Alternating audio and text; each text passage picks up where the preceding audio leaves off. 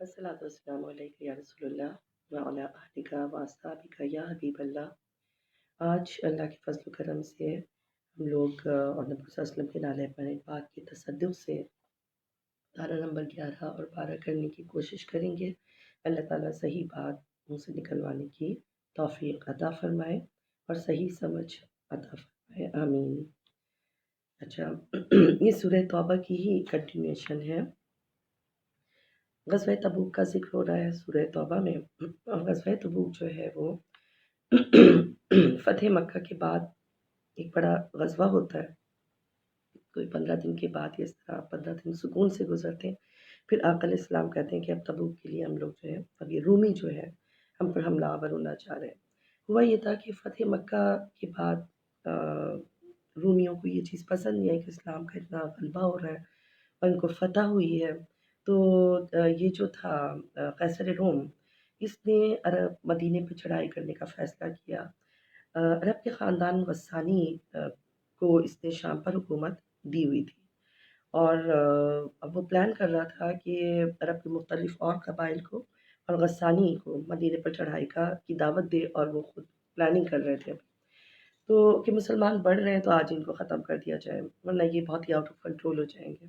اچانک شام سے چند تاجر آقا علیہ السلام کے پاس آتے ہیں اور ساری چیزوں کی خبر دیتے ہیں کہ بھئی اس طرح کی سازش ہو رہی ہے۔ اب ان خبروں کا ایک چرچا ہو جاتا ہے۔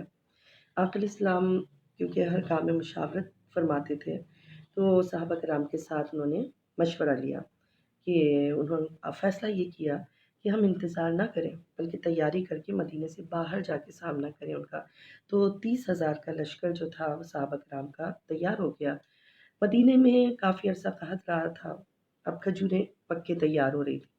منافقین جو تھے وہ اچھے خاصے تھے تعداد میں، ان کو جانے کا کہا تھا تو ان کا دل نہیں چاہ رہا تھا اپنی تیار فصلوں کو چھوڑ کر جانے کا۔ اچھا، تبوک جو ہے وہ مدینے اور شام کے درمیان کا علاقہ ہے، مدینے سے کافی کچھ دور ہے۔ تو 30,000 کے لشکر کے ساتھ آقا علیہ السلام تشریف لے گئے۔ سواریاں کم تھیں، سمجھیں 10 لوگوں پہ ایک ایک اونٹ تھا۔ اس لیے پچھلی سورہ میں، پچھلی اس میں پارے میں آیت نمبر 92 میں یہی ذکر آ رہا تھا کہ ان پر جہاد سے ایکسکیوز کا کوئی، یعنی وہ لوگ جہاد سے ایکسکیوز ہی سمجھیں اپنے آپ کو، ان پہ کوئی عذر نہیں ہے، ان پہ کوئی وبال نہیں ہے اس کا کہ اگر وہ جہاد میں نہیں جا پاتے، کیونکہ اس سواریوں کے لیے آقا علیہ السلام کے پاس آئے کہ ہمارے پاس سواری نہیں ہے، تو آقا علیہ السلام نے سواری عطا فرمائے، اور آقا علیہ السلام کے پاس خود سواریاں نہیں تھیں، تو انہوں نے یہ فرمایا کہ سواریاں نہیں ہیں، تم لوگ واپس چلے جاؤ۔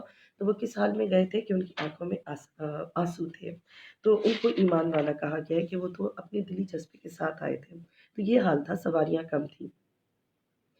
اچھا، سوار زیادہ تھے۔ نکلنے سے پہلے اعلان فرمایا گیا کہ سب لوگ مال لے کر آ جائیں۔ ایک غریب صاحبی بازار گئے، مزدوری کر کے چند کھجوریں ملی تو وہ لا کر پیش کر دی۔ آقا علیہ السلام کو ان کا یہ عمل اتنا پسند آیا کہ جتنا مال جمع ہوا تھا اس کے اوپر وہ کھجوریں بھی ساتھ میں پھیلا دیں برکت کے لیے۔ آگے آیت نمبر 95 آپ دیکھیں، اس میں آ رہا ہے۔ اچھا، یہی موقع تھا جب حضرت عمر رضی اللہ عنہ نے اعلان سن کر اپنے گھر سے چیزوں کا آدھا آدھا کر لیا، آدھا سامان لے کے، اور سوچ رہے تھے کہ آج میں ابو بکر رضی اللہ عنہ پر سبقت لے جاؤں گا۔ گھر سے سارا مال 2 حصوں میں تقسیم کیا، آدھا مال جو ہے وہ آقا علیہ السلام کے پاس خوشی خوشی لائے، اور حضرت ابوبکر صدیق رضی اللہ عنہ گھر کا سارا مال، ساری ہی چیزیں لے آئے، اور دیواروں پر ہاتھ پھیر کے دیکھا کہ کچھ رہ تو نہیں گیا، اور جب ان سے پوچھا کہ گھر والوں کے لیے بھی کچھ چھوڑا، تو انہوں نے فرمایا کہ اللہ اور اس کے رسول صلی اللہ علیہ وسلم کا نام چھوڑا ہے۔ تو حضرت جبرائیل علیہ السلام تشریف لائے کہ کہیں ابو بکر رضی اللہ عنہ کے دل میں کوئی ملال تو نہیں ہے، سارا کچھ انہوں نے وقف کر دیا۔ تو سلام دے کے ان سے پوچھا آقا علیہ السلام نے کہ اللہ نے آپ کو سلام بھجوایا ہے، اور پوچھا سارا سامان دے کے مجھ سے راضی ہے بھی کہ نہیں۔ آقا علیہ السلام کو کہتے ہیں کہ سلام بھیجا ہے، ان کو بتاتے ہیں حضرت ابوبکر صدیق رضی اللہ عنہ وجد میں آ گئے اور خوشی سے جھومنے لگے، اور کہتے ہیں کہ ہاں میں اپنے رب پر راضی ہوں۔ 3 مرتبہ انہوں نے یہ الفاظ ادا فرمائے۔ اچھا، اب تبوک پر جب پہنچے تو رات کو وہاں ٹھہرے، اور آقا علیہ السلام فرماتے کہ صبح ہم تبوک پہ پہنچیں گے۔ وہاں ایک چشمہ تھا جو اس طرح سے تھا کہ جیسے ایک جوتے کا تسمہ ہوتا ہے نا،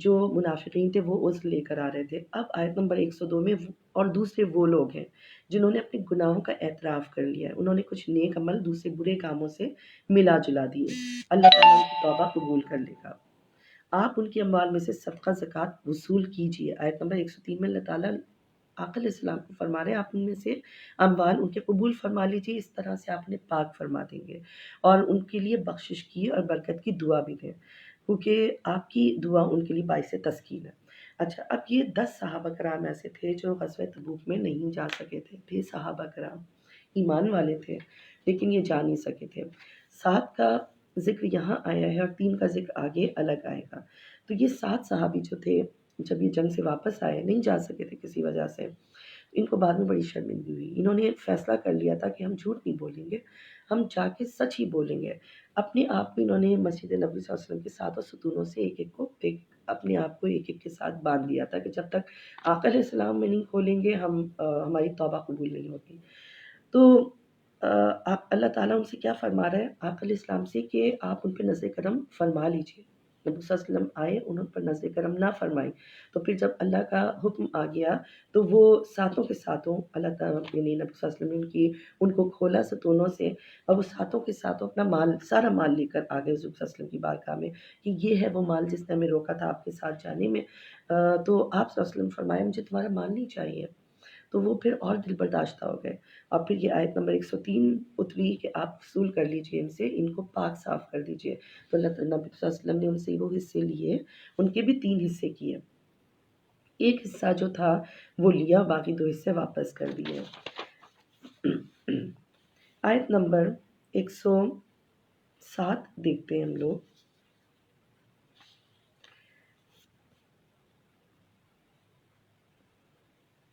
کہ کیا وہ نہیں جانتے.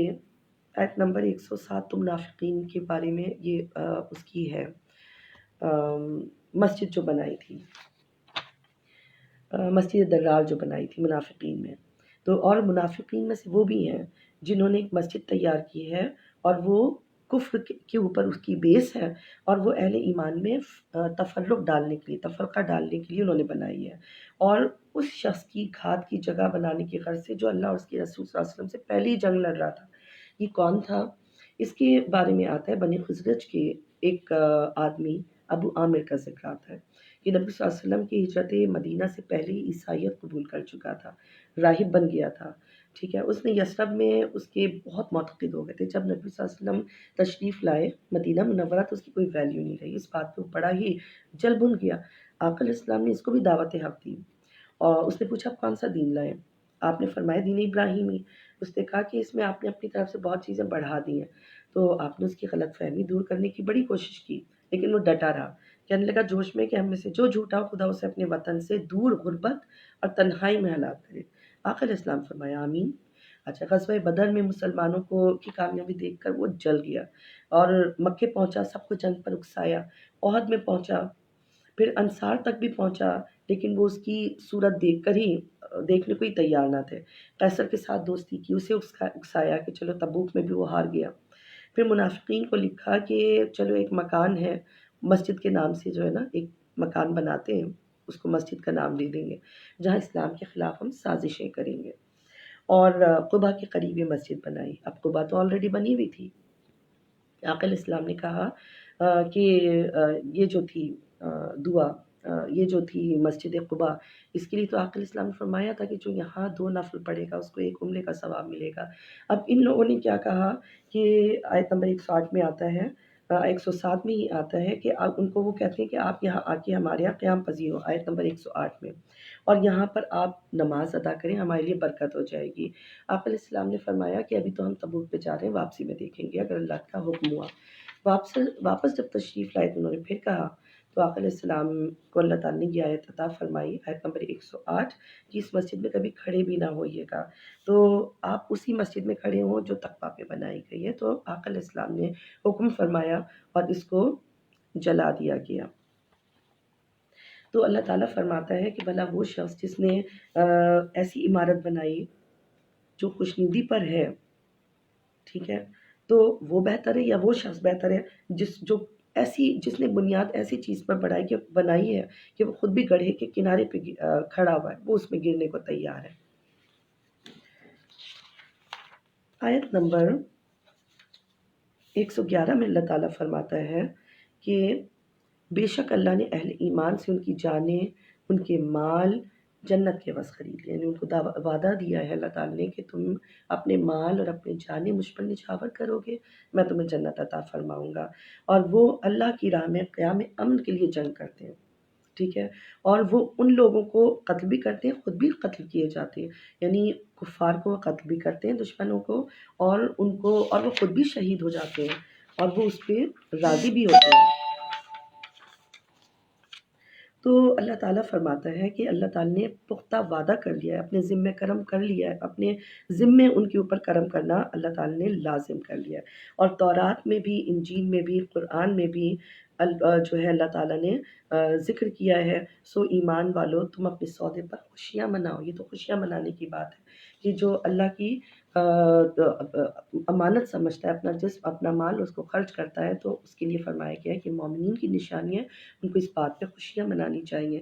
112 جو نمبر ہے آیت نمبر 112، اس میں اللہ تعالیٰ نے عبادت گزاری کی، یعنی مومنین کی کوالٹیز بیان کی ہیں کہ وہ توبہ قبول کرنے والے ہیں، توبہ کرنے والے ہیں، عبادت گزار ہیں، حمد و ثنا کرنے والے ہیں اللہ کی، اور روزہ دار ہیں، رکوع کرنے والے، سجود کرنے والے، اللہ کی حدود سے آگے بڑھنے والے نہیں ہیں۔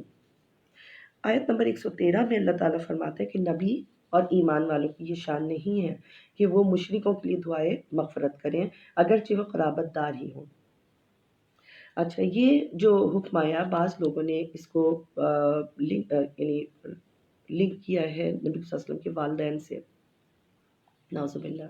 والدین نبی صلی اللہ علیہ وسلم کے مومنین تھے، نبی صلی اللہ علیہ وسلم نے جگہ جگہ ان کی بے شمار حدیثیں ہیں کہ میرے آبا و اجداد، میرا میکہ بھی، میرا سسرال بھی مکمل طور پر یعنی اس پہ دین حنیف پر تھا، ان میں سے نہ کوئی بدکار تھا اور نہ کوئی مشرک تھا۔ تو یہ کویسچن تو بالکل ہی نکل جاتا ہے کہ یہ ان کے لیے آیا ہے، یہ ہاں امت کے لیے آیا ہے کہ صحابہ کرام اپنے آبا و اجداد کے لیے آ کے کہتے تھے کہ دعائے مغفرت کیجیے، اس پر یہ آیت نازل ہوئی کہ آپ مشرکوں کے لیے نہیں کیجیے جو شرک میں پہلے مبتلا ہو کے چلے گئے۔ آگے آیت نمبر 114 میں حضرت ابراہیم علیہ السلام کے جو باپ، جو ایکچولی ان کا چچا تھا آزر، کیونکہ حضرت ابراہیم علیہ السلام کا شجر نسب آقا علیہ السلام سے ملتا ہے، ان کی دعا سے آقا علیہ السلام انہوں نے فرمایا تھا کہ اللہ میری ہی اولاد میں سے ایک گروہ کو ثابت قدم رکھنا دین کے اوپر، ان کو گمراہی پہ مت رکھنا، انہی میں سے آخری پیغمبر آئے۔ تو وہ دعا قبول ہوئی تھی، اور اس کے مطابق طارق علیہ السلام حضرت ابراہیم علیہ السلام کے فادر تھے، آزر ان کا چچا تھا، اور پرانے زمانوں میں اس غرض سے وہ ان سے وعدہ کر چکے تھے کہ ہو سکتا ہے یہ ایمان لے آئے، لیکن وہ ایمان نہیں لایا، پھر وہ اس سے لا تعلق ہو گیا۔ اللہ تعالیٰ نے فرما دیا کہ نہیں، وہ ان کے بارے میں ان کی آپ بخشش کی دعا کریں ہی نہیں جو شرک میں اپنی زندگی جنہوں نے گزار دی۔ آیت نمبر 117 دیکھیں، یقیناً اللہ نے نبی کریم صلی اللہ علیہ وسلم پر رحمت سے توجہ فرمائی، اور ان مہاجرین اور انصار پر بھی جنہوں نے غزوہ تبوک کی مشکل گھڑی میں آپ صلی اللہ علیہ وسلم کی پیروی کی، اور قریب تھا کہ ایک گروہ کے دل پھر جاتے، اور وہ لطف و رحمت سے ان کی طرف توجہ ہوا، یعنی اللہ تعالیٰ ان کی طرف رحمت کے ساتھ متوجہ ہوا۔ آیت نمبر 118 میں 3 شخصوں پر بھی رحمت کی نظر فرمائیے۔ اب اللہ تعالیٰ نبی صلی اللہ علیہ وسلم سے فرما رہا ہے کہ وہ جو 10 افراد، جو 10 صحابہ کرام جو غزوہ تبوک میں نہیں جا سکتے، ان میں سے 7 کا ذکر پہلے آ گیا، 3 کا ذکر الگ آیا ہے۔ یہ 3 کون تھے؟ ان کے لیے آتا ہے کہ یہ 3 جو تھے، یہ واقعہ ہے حضرت کعب بن مالک، حضرت ہلال بن امیہ اور مرارہ بن ربیع تعالیٰ عنہما، یہ عنہم اجمعین، یہ ان کا ذکر ہے۔ ان کے لیے اللہ تعالیٰ کیا فرما رہا ہے کہ ان تینوں اشخاص پہ بھی آپ نظر کرم فرمائیے جن کے فیصلے کو مؤخر کر دیا گیا تھا، یہاں تک کہ جب زمین باوجود کشادگی کے ان پر تنگ ہو گئی، اور ان کی جانیں بھی ان پر دوبھر ہو گئی، اور انہیں یقین ہو گیا کہ اللہ کی طرف سے ہمارے اوپر عذاب آتے رہے گا اور ان کا کوئی ٹھکانہ نہیں۔ پھر کیا ہوا بجز اس کی طرف یعنی ہمیں یعنی انہیں اب کوئی امید نہیں رہی تھی، تب اللہ ان پر لطف و کرم سے مائل ہوا اور وہ بھی توبہ رجوع پر قائم رہے۔ ہوا کیا تھا، یہ باقاعدہ پوری کی پوری ڈیٹیلز آتی ہیں کہ یہ حضرت کعب رضی اللہ عنہ کی زبان مبارک ہی سے یہ واقعہ جب پڑھتے ہیں اور سنتے ہیں تو بہت ہی خوبصورت لگتا ہے۔ وہ فرماتے ہیں جن دنوں غزوہ تبوک کے لیے تیاری ہو رہی تھی تو میری مالی حالت بہت اچھی تھی، یعنی سواری کے لیے دو دو اونٹیاں تھیں جس سے پہلے کبھی نہیں تھی، اور صحت بھی بالکل ٹھیک تھی، اور اس سے پہلے کبھی میرے پاس دو سواریاں رہی ہی نہیں تھیں۔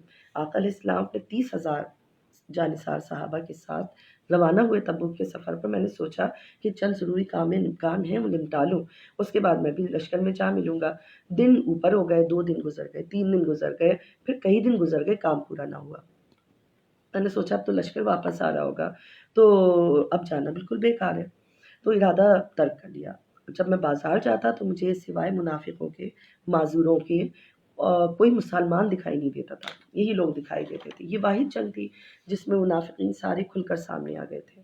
تو اصل میں ہوا کیا تھا، کھجوریں پک کے تیار ہو گئی تھی، میں نے سوچا کہ 2-3 دن لگ جائیں گے، اس کے بعد میں چلا جاؤں گا، لیکن اس کے بعد میں بڑا افسوس ہوا کہ یہ تو بہت ہی ٹائم گزر گیا۔ ایک بار خیال آیا کہ چلو دیر ہو گئی تو کوئی بات نہیں، جوائن کر لیتا ہوں، لیکن نہ جا سکا۔ اتنی دیر میں ان کی بخیر و عافیت واپسی کی خبر ملی تو مجھے رنج و الم نے آ لیا، میں بڑا ہی افسردہ ہوا کہ میں چلا ہی جاتا۔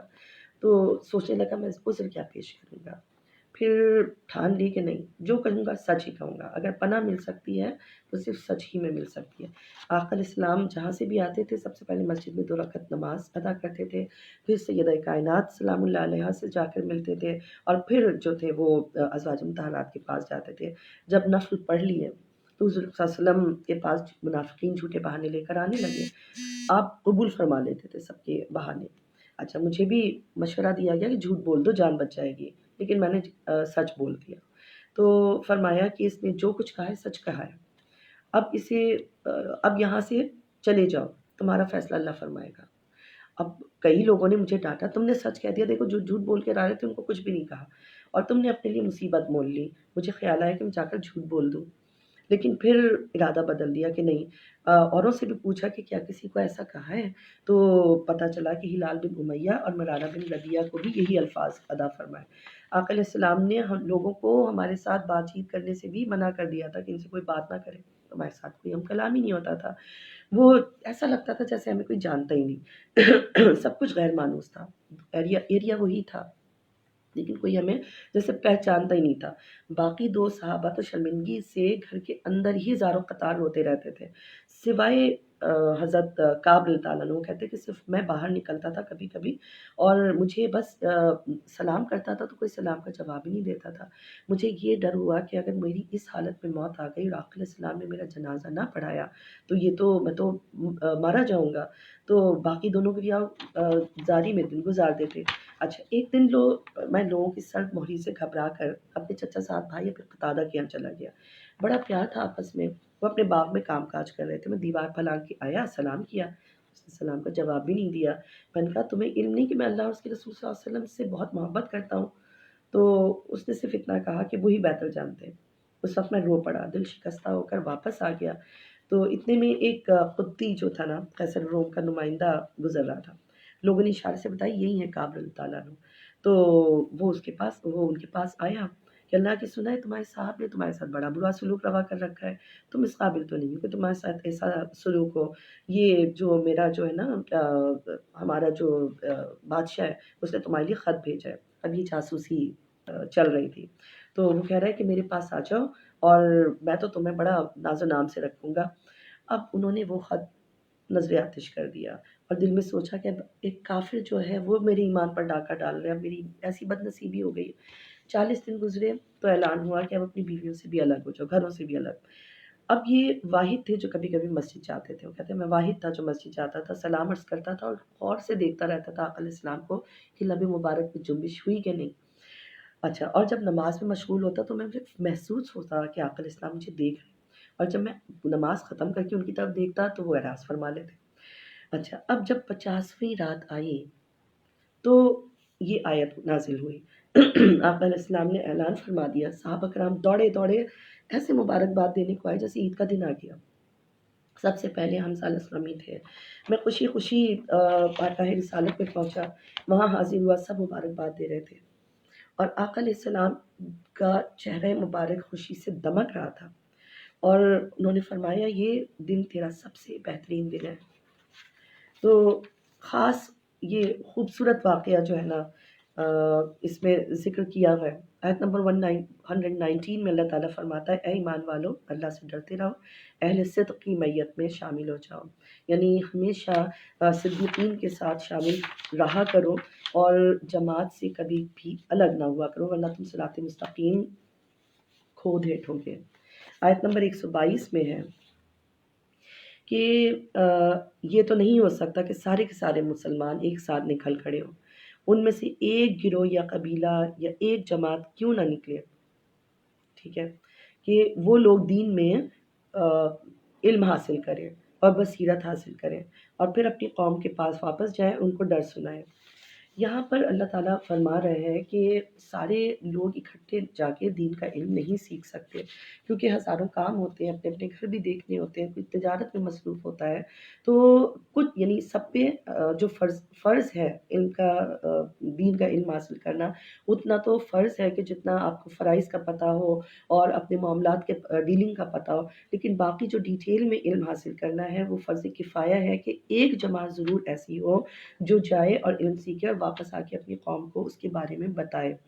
اور نبی صلی اللہ علیہ وسلم کے پاس بھی صحابہ کرام اس طرح سے گروپس میں دور دراز سے لوگ آیا کرتے تھے، علم دین سیکھتے تھے، ڈیٹیل میں سیکھتے تھے، اس کے پاس اپنے لوگ اس کے بعد اپنے لوگوں کے پاس واپس جاتے تھے، انہیں بتاتے تھے کہ اس طرح سے معاملات ہیں.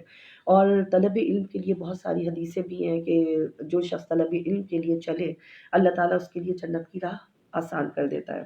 یہ بھی فرمایا گیا کہ اللہ تعالیٰ جس کے لیے بہتری چاہتا ہے اس کے دین میں فقیہ بنا دیتا ہے، اور میں تقسیم کرنے والا ہوں اللہ دینے والا. یہ بخاری شریف کی حدیثیں ہیں.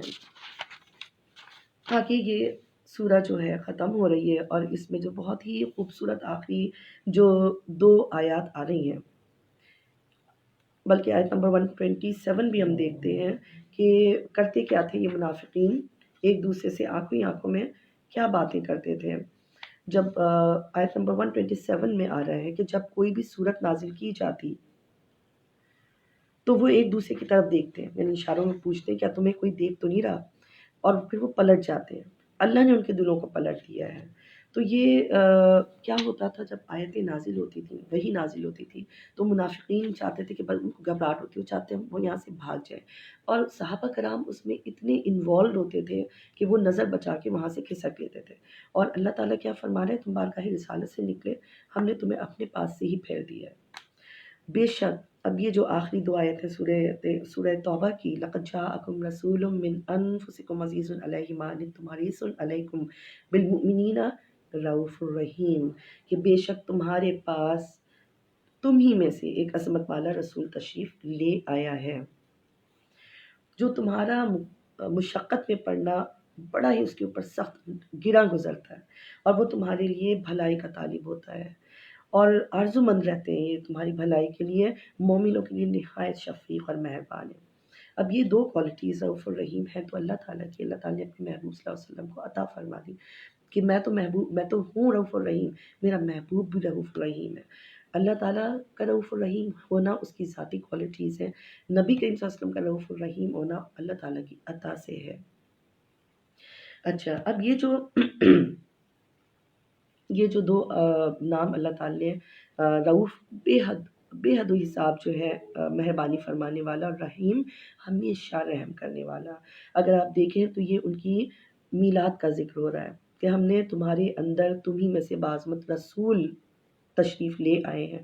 تو یہ میلاد ہی کا ٹاپک ہے، میلاد پیدائش ہے کہ تمہارے اندر تمہاری درمیان سے وہ رسول آ گئے ہیں، تو وہ تمہارے لیے کس قدر کوشاں ہیں بھلائی کے. حریص علیکم، وہ کوشاں ہیں کہ تمہارے لیے بھلائی ہی بھلائی ہو.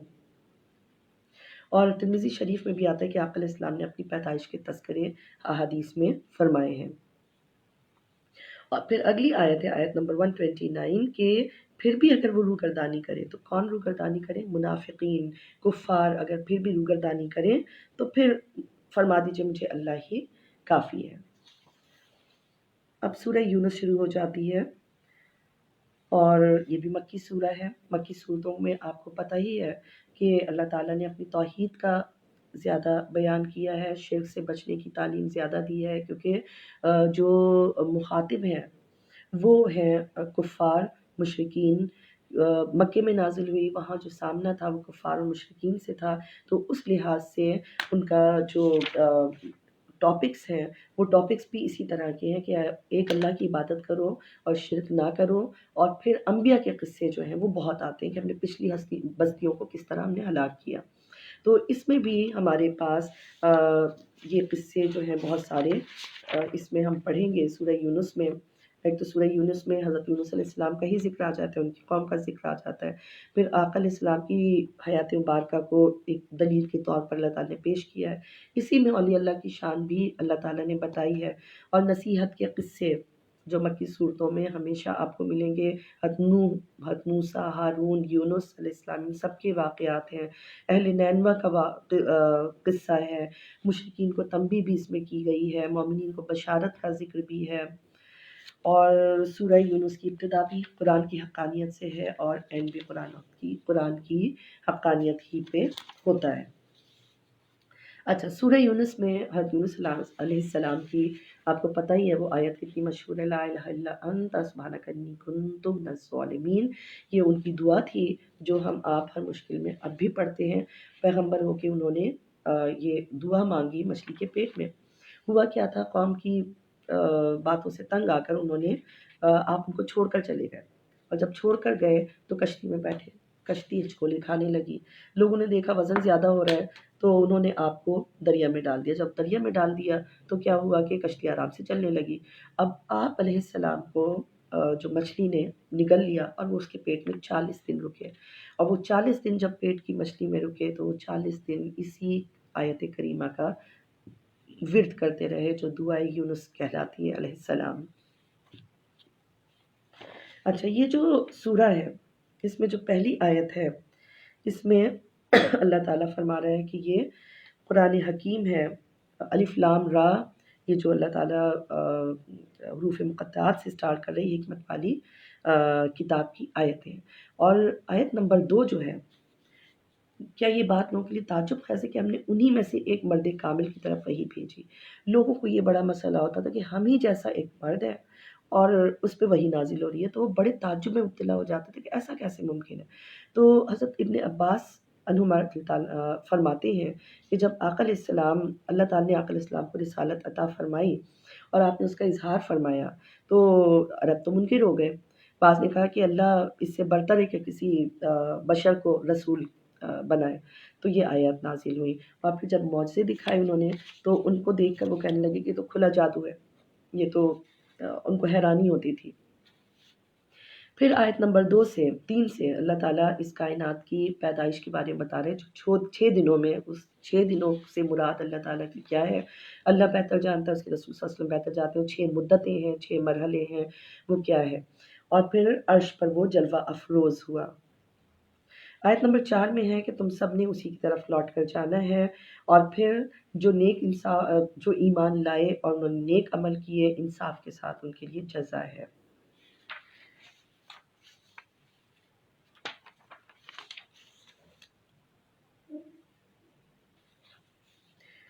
آیت نمبر 5 دیکھتے ہیں کہ وہی ہے جس نے سورج کو روشنی کا مین منبع سورج کو بنایا اور چاند کو روشن کیا۔ اب آ رہا ہے کہ سورج کو روشنی بنایا، چاند کو روشن کیا، یعنی سورج کو تو مین منبع بنا دیا روشنی کا، چاند کو اس سے روشن کر دیا اور اس کے لیے منزلیں مقرر کی۔ ٹھیک ہے، اور منزلیں کتنی، 28 منزلیں کہتے ہیں کہ 28 منزلیں مقرر کی جو 12 برجوں پر تقسیم کی ہے، اور چاند ہر شب ایک منزل میں رہتا ہے۔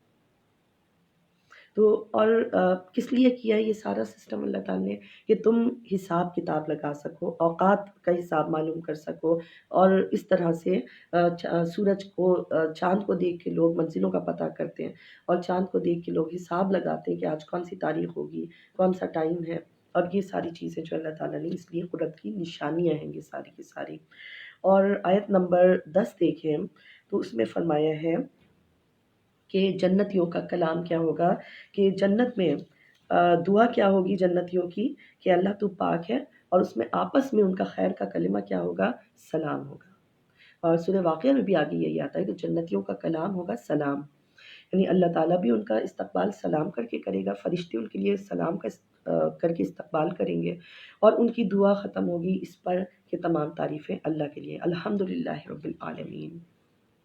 آیت نمبر 12 میں آتا ہے کہ جب انسان کو کوئی تکلیف پہنچتی ہے تو کیا ہوتا ہے، ہر دم ہمیں یاد رکھتا ہے، اپنے پہلو پر لیٹے بیٹھے کھڑے ہمیں پکارتا ہے، اور جو ہی ہم اس کی تکلیف دور کر دیتے ہیں تو کیا ہوتا ہے کہ ایسا لگتا ہے جیسے اسے کوئی تکلیف کبھی پہنچی ہی نہیں تھی، وہ ناشکرا ہو جاتا ہے، اور وہ ہمارا شکر ادا کرنا ہی بھول جاتا ہے۔ اور حقیقت بھی یہی ہے کہ اللہ تعالیٰ نے جو بار بار فرمایا ہے انسان ناشکرا ہے، حقیقت میں ناشکرا ہے۔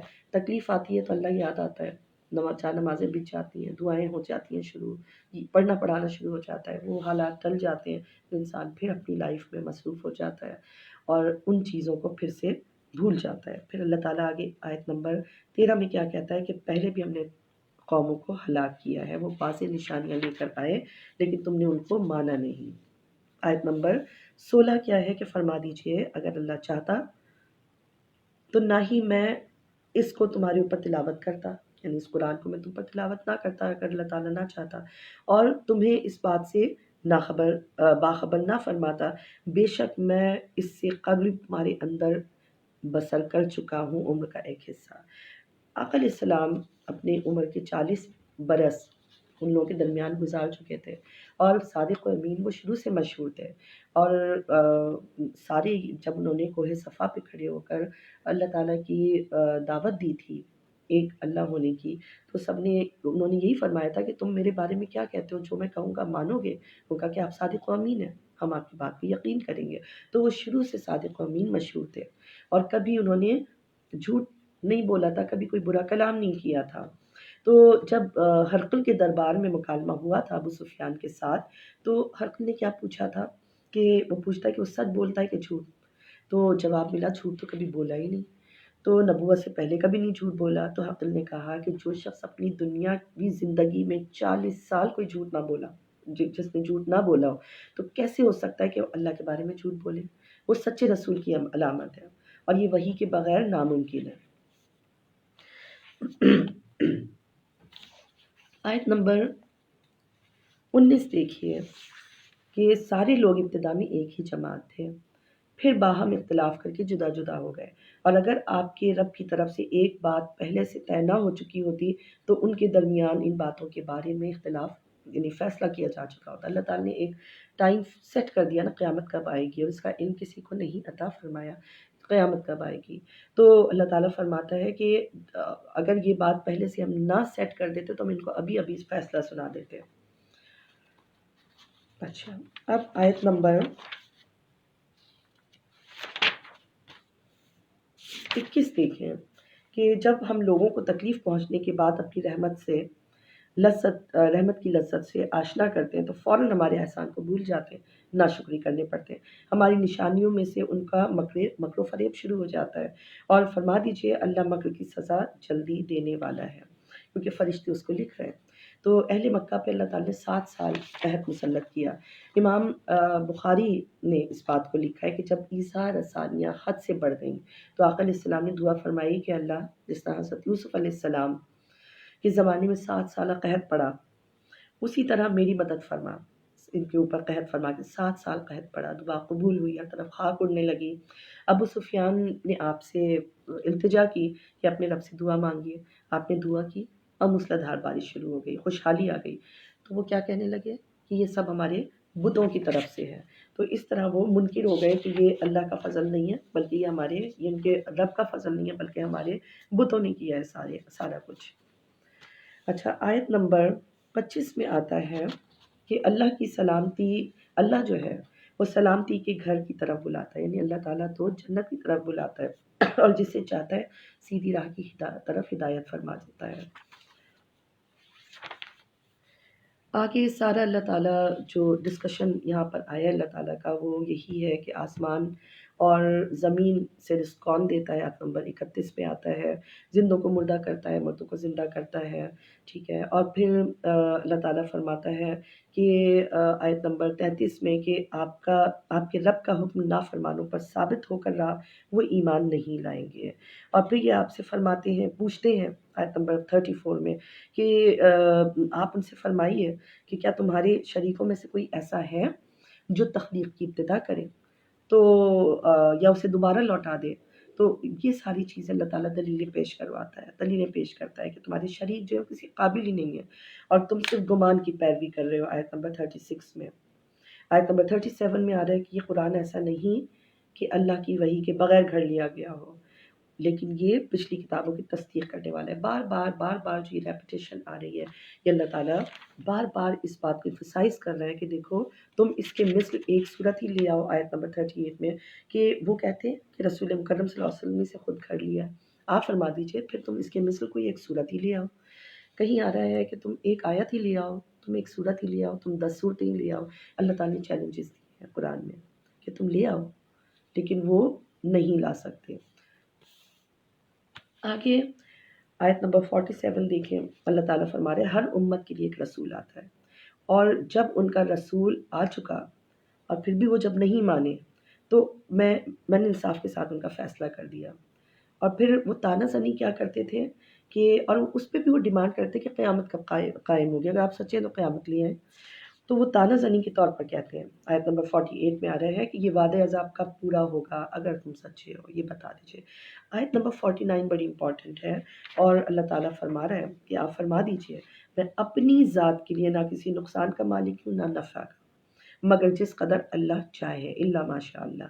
ہر امت کے لیے ایک میعاد مقرر ہے، جب ان کی میعاد پہنچتی ہے تو نہ ایک گھڑی پیچھے ہٹ سکتے ہیں نہ ایک گھڑی آگے بڑھ سکتے ہیں۔ اس سے بعض لوگ یہ گمان کر لیتے ہیں کہ نبی صلی اللہ علیہ وسلم یعنی کسی کو نہ نقصان پہنچا سکتے ہیں کسی کو نفع پہنچا سکتے ہیں، ایسا کیسے پاسبل؟ نبی صلی اللہ علیہ وسلم اپنی ذات کے بارے میں فرما رہے ہیں کہ میں جس قدر اللہ چاہے اتنا میں کر سکتا ہوں، یعنی میں اپنی ذات کے لیے نہ کسی نقصان کا مالک، اپنا نہیں ہے کچھ بھی، سب اللہ کی عطا سے، جتنا اللہ چاہتا ہے اتنا میں مالک ہوں۔ اچھا، آیت نمبر 50 کیا کہتی ہے کہ آپ فرما دیجئے ذرا غور تو کرو کہ اگر تم اس عذاب جس کا تم ڈیمانڈ کرتے ہو تو نہ کہا راتوں رات یہ دن دہاڑے آپ پہنچے تو تم کر کیا لوگے؟ تو کیوں تم مجرم لوگ جلدی کیوں چاہتے ہو؟ آیت نمبر 58 ہے، فرما دیجئے یہ سب کچھ قل بفضل اللہ وبرحمتہ فبذالک فلیفرحوا هو خیر مما یجمعون۔ یہ جو آیت ہے اس میں فضل سے مراد قرآن پاک اور رحمت سے مراد وما ارسلناک الا رحمت للعالمین، اللہ تعالیٰ نے فرما دیا ہم نے آپ کو تمام جہانوں کے لیے رحمت بنا کر بھیجا ہے۔ تو یہ فضل عام ہے، ایک فضل اللہ تعالیٰ نے فرمایا قرآن پاک بھیجا، اور پھر رحمت یعنی نبی صلی اللہ علیہ وسلم کو بھیجا۔ اب یہ جب اللہ تعالیٰ نے بھیج دیا تو اللہ تعالیٰ فرما رہا ہے کہ یہ اللہ تعالیٰ کی طرف سے جو تمہیں رحمت ملی ہے، فضل ملا ہے، یہ کس لیے ہے؟ یہ جو سب کچھ آیا ہے اب اس کی وجہ سے تم کیا کرو، اس کے باعث تم مسلمانوں کو چاہیے کہ اس پر خوشیاں منائیں، فلیفرحوا، اس پر وہ خوشیاں منائیں، بہت خوشیاں منائیں۔ یہ اس یعنی وہ جمع جسے وہ جمع کرتے ہیں اس سے کہیں بہتر ہے۔ انسان مال بھی جمع کرتا ہے، اعمال بھی جمع کرتا ہے، یہ سارے مال اور اعمال جمع کرنے سے زیادہ فضیلت والا ہے کہ ان کی آمد پر وہ نازل ہوئے، وہ ہمارے درمیان مبعوث ہوئے۔ اللہ تعالیٰ نے قرآن پاک ہمیں دیا، خوشی کا مقام ہے، خوشیاں مناؤ۔ نبی صلی اللہ علیہ وسلم کی آمد ہوئی ہمارے درمیان، وہ مبعوث ہوئے، خوشی کا اتنا کوئی ٹھکانہ ہی نہیں ہے، اس کو ایسے مناؤ کہ ساری خوشیاں جو ہیں پیچھے رہ جائیں۔ گھروں کو سجاؤ، محفلوں کو سجاؤ اور کھانے کھلاؤ، خیرات کرو، نمازیں پڑھو، ان کے گیت گاؤ، ان پہ درود و سلام کے ترانے پڑھو۔ تو یہ جو ہے ایک آپ کہہ سکتے ہیں کہ میلاد کی دلیل ہے کہ یہ ان کی خوشیاں مناؤ، یہ سب سے زیادہ بڑی نعمت عظمیٰ ہے۔ پیچھے جب سورہ مائدہ میں آ رہا تھا کہ اللہ خوان نازل فرما جس کو ہم عید کا دن منا لیں، تو وہ خوان نعمت تھا، اس نعمت کے آنے پہ اس کو عید کا دن بنا لیا انہوں نے۔ تو آقا علیہ السلام کی آمد ہمارے لیے سب سے بڑی عید کا دن ہے، تو اس پہ ہمیں چاہیے کہ ہم خوب خوشیاں منائیں۔ اللہ تعالیٰ فرمائے فَبِذَالِکَ فَلْيَفْرَحُوا، ضرور بالضرور تم خوشیاں مناؤ۔